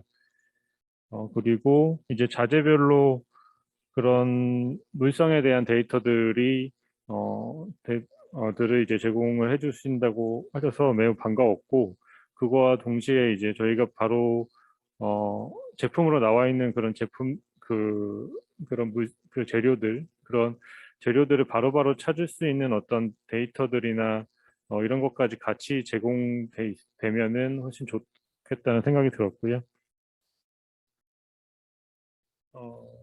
마지막으로는 이 말씀하셨지만 이제 소규모 현장에서 일선에서 이제 책임을 져야 되는 사람이 이제 건축사가 거의 많은 부분의 책임을 지고 있는데요. 사실 오늘 나온 얘기 중에서 이제 에너지 부하라든지 그러니까 설비 부하를 이제 계산하는 것도 이제 건축사의 역할로 어떻게 보면 추가될 수도 있는 이제 상황인데, 물론 이제 그런 부분까지 다 고려를 해서 설계에 반영을 해야겠는데 이제 그러한 것들을 이제 교육하는 것들이 중요한 것 같습니다. 왜냐하면 뭐 학교나 아니면 뭐 건축사 실무 교육이나 이런 데서 배우긴 했지만 사실 실제로 적용해서 해본 적은 사실 저도 아직 없어서, 그거를 이제 뭐 건축사 실무 교육에 활용을 한다거나 아니면 건설 기술인 교수 교육 같은 부분들을 활용해서 그런 부분들이 좀 보완이 됐으면 좋겠습니다. 이상입니다. 네, 우리 김국환 건축사님은 전반적으로 상당히 필요한 내용, 기술로 받아들여 주셨고, 다만 이러한 부분들이 설계나 시공 현장에 적용이 됐을 때 결과적으로 비용 상승의 원인이 되지 않느냐, 이런 문제에 대한 입장들을 조금 보완적으로 정리가 좀 필요하지 않느냐라고 하는 말씀을 주셨고, 또 전체적으로 실제 현장에 적용하기 위해서 이런 부분들을 건축사나 또는 시공기술자나 또 특히 관계되는 엔지니어들의 역량과 여건이 현실적이지 못하기 때문에 필요로 하는 교육의 입장들을 좀 많이 반영해서 제대로 정착할 수 있는 입장을 얘기를 해주셨습니다. 일단 그 네 분의 자문위원님들의 의견을 전체적으로 다 들었고, 뭐 직접 질문이라기보다는 전반적인 어떤 의견들을 정리해 주셨습니다. 물론 의견서로 별도로 제출해 주시겠습니다만, 혹시 시간적으로 지금 예정된 시간이 거의 다 됐고, 또 뭐 플로어와 함께 토론할 시간이긴 합니다만, 꼭 질문 내지는 토론의 어떤 요지가 있으면 말씀해 주시고, 시간을 진행하도록 하겠습니다. 혹시 의견이나 질문 있으신 의견들 있으십니까? 뭐 특별한 의견이 없으시면 지금 전체적으로 시간이 예정된 시간을 지나고 있습니다. 그래서 전체적으로 공청회를 마쳐야 될 것 같습니다. 오늘 소규모 건축물 소비에너지 최적화 설계 시공기술 개발 연구단의 3천년도 공청회와 관련해서 앞서 발표해 주신 최동만 연구단장님 이하 연구 참여자 여러분, 또 이 자리에 함께 해주신 중앙대학교 박진철 교수님, 동아대학교 이정재 교수님, 세건축사협회 박인수 회장님, 또 김국환 건축사님께 감사드리면서 오늘 공청회를 모두 마치도록 하겠습니다. 대단히 감사합니다. 수고하셨습니다.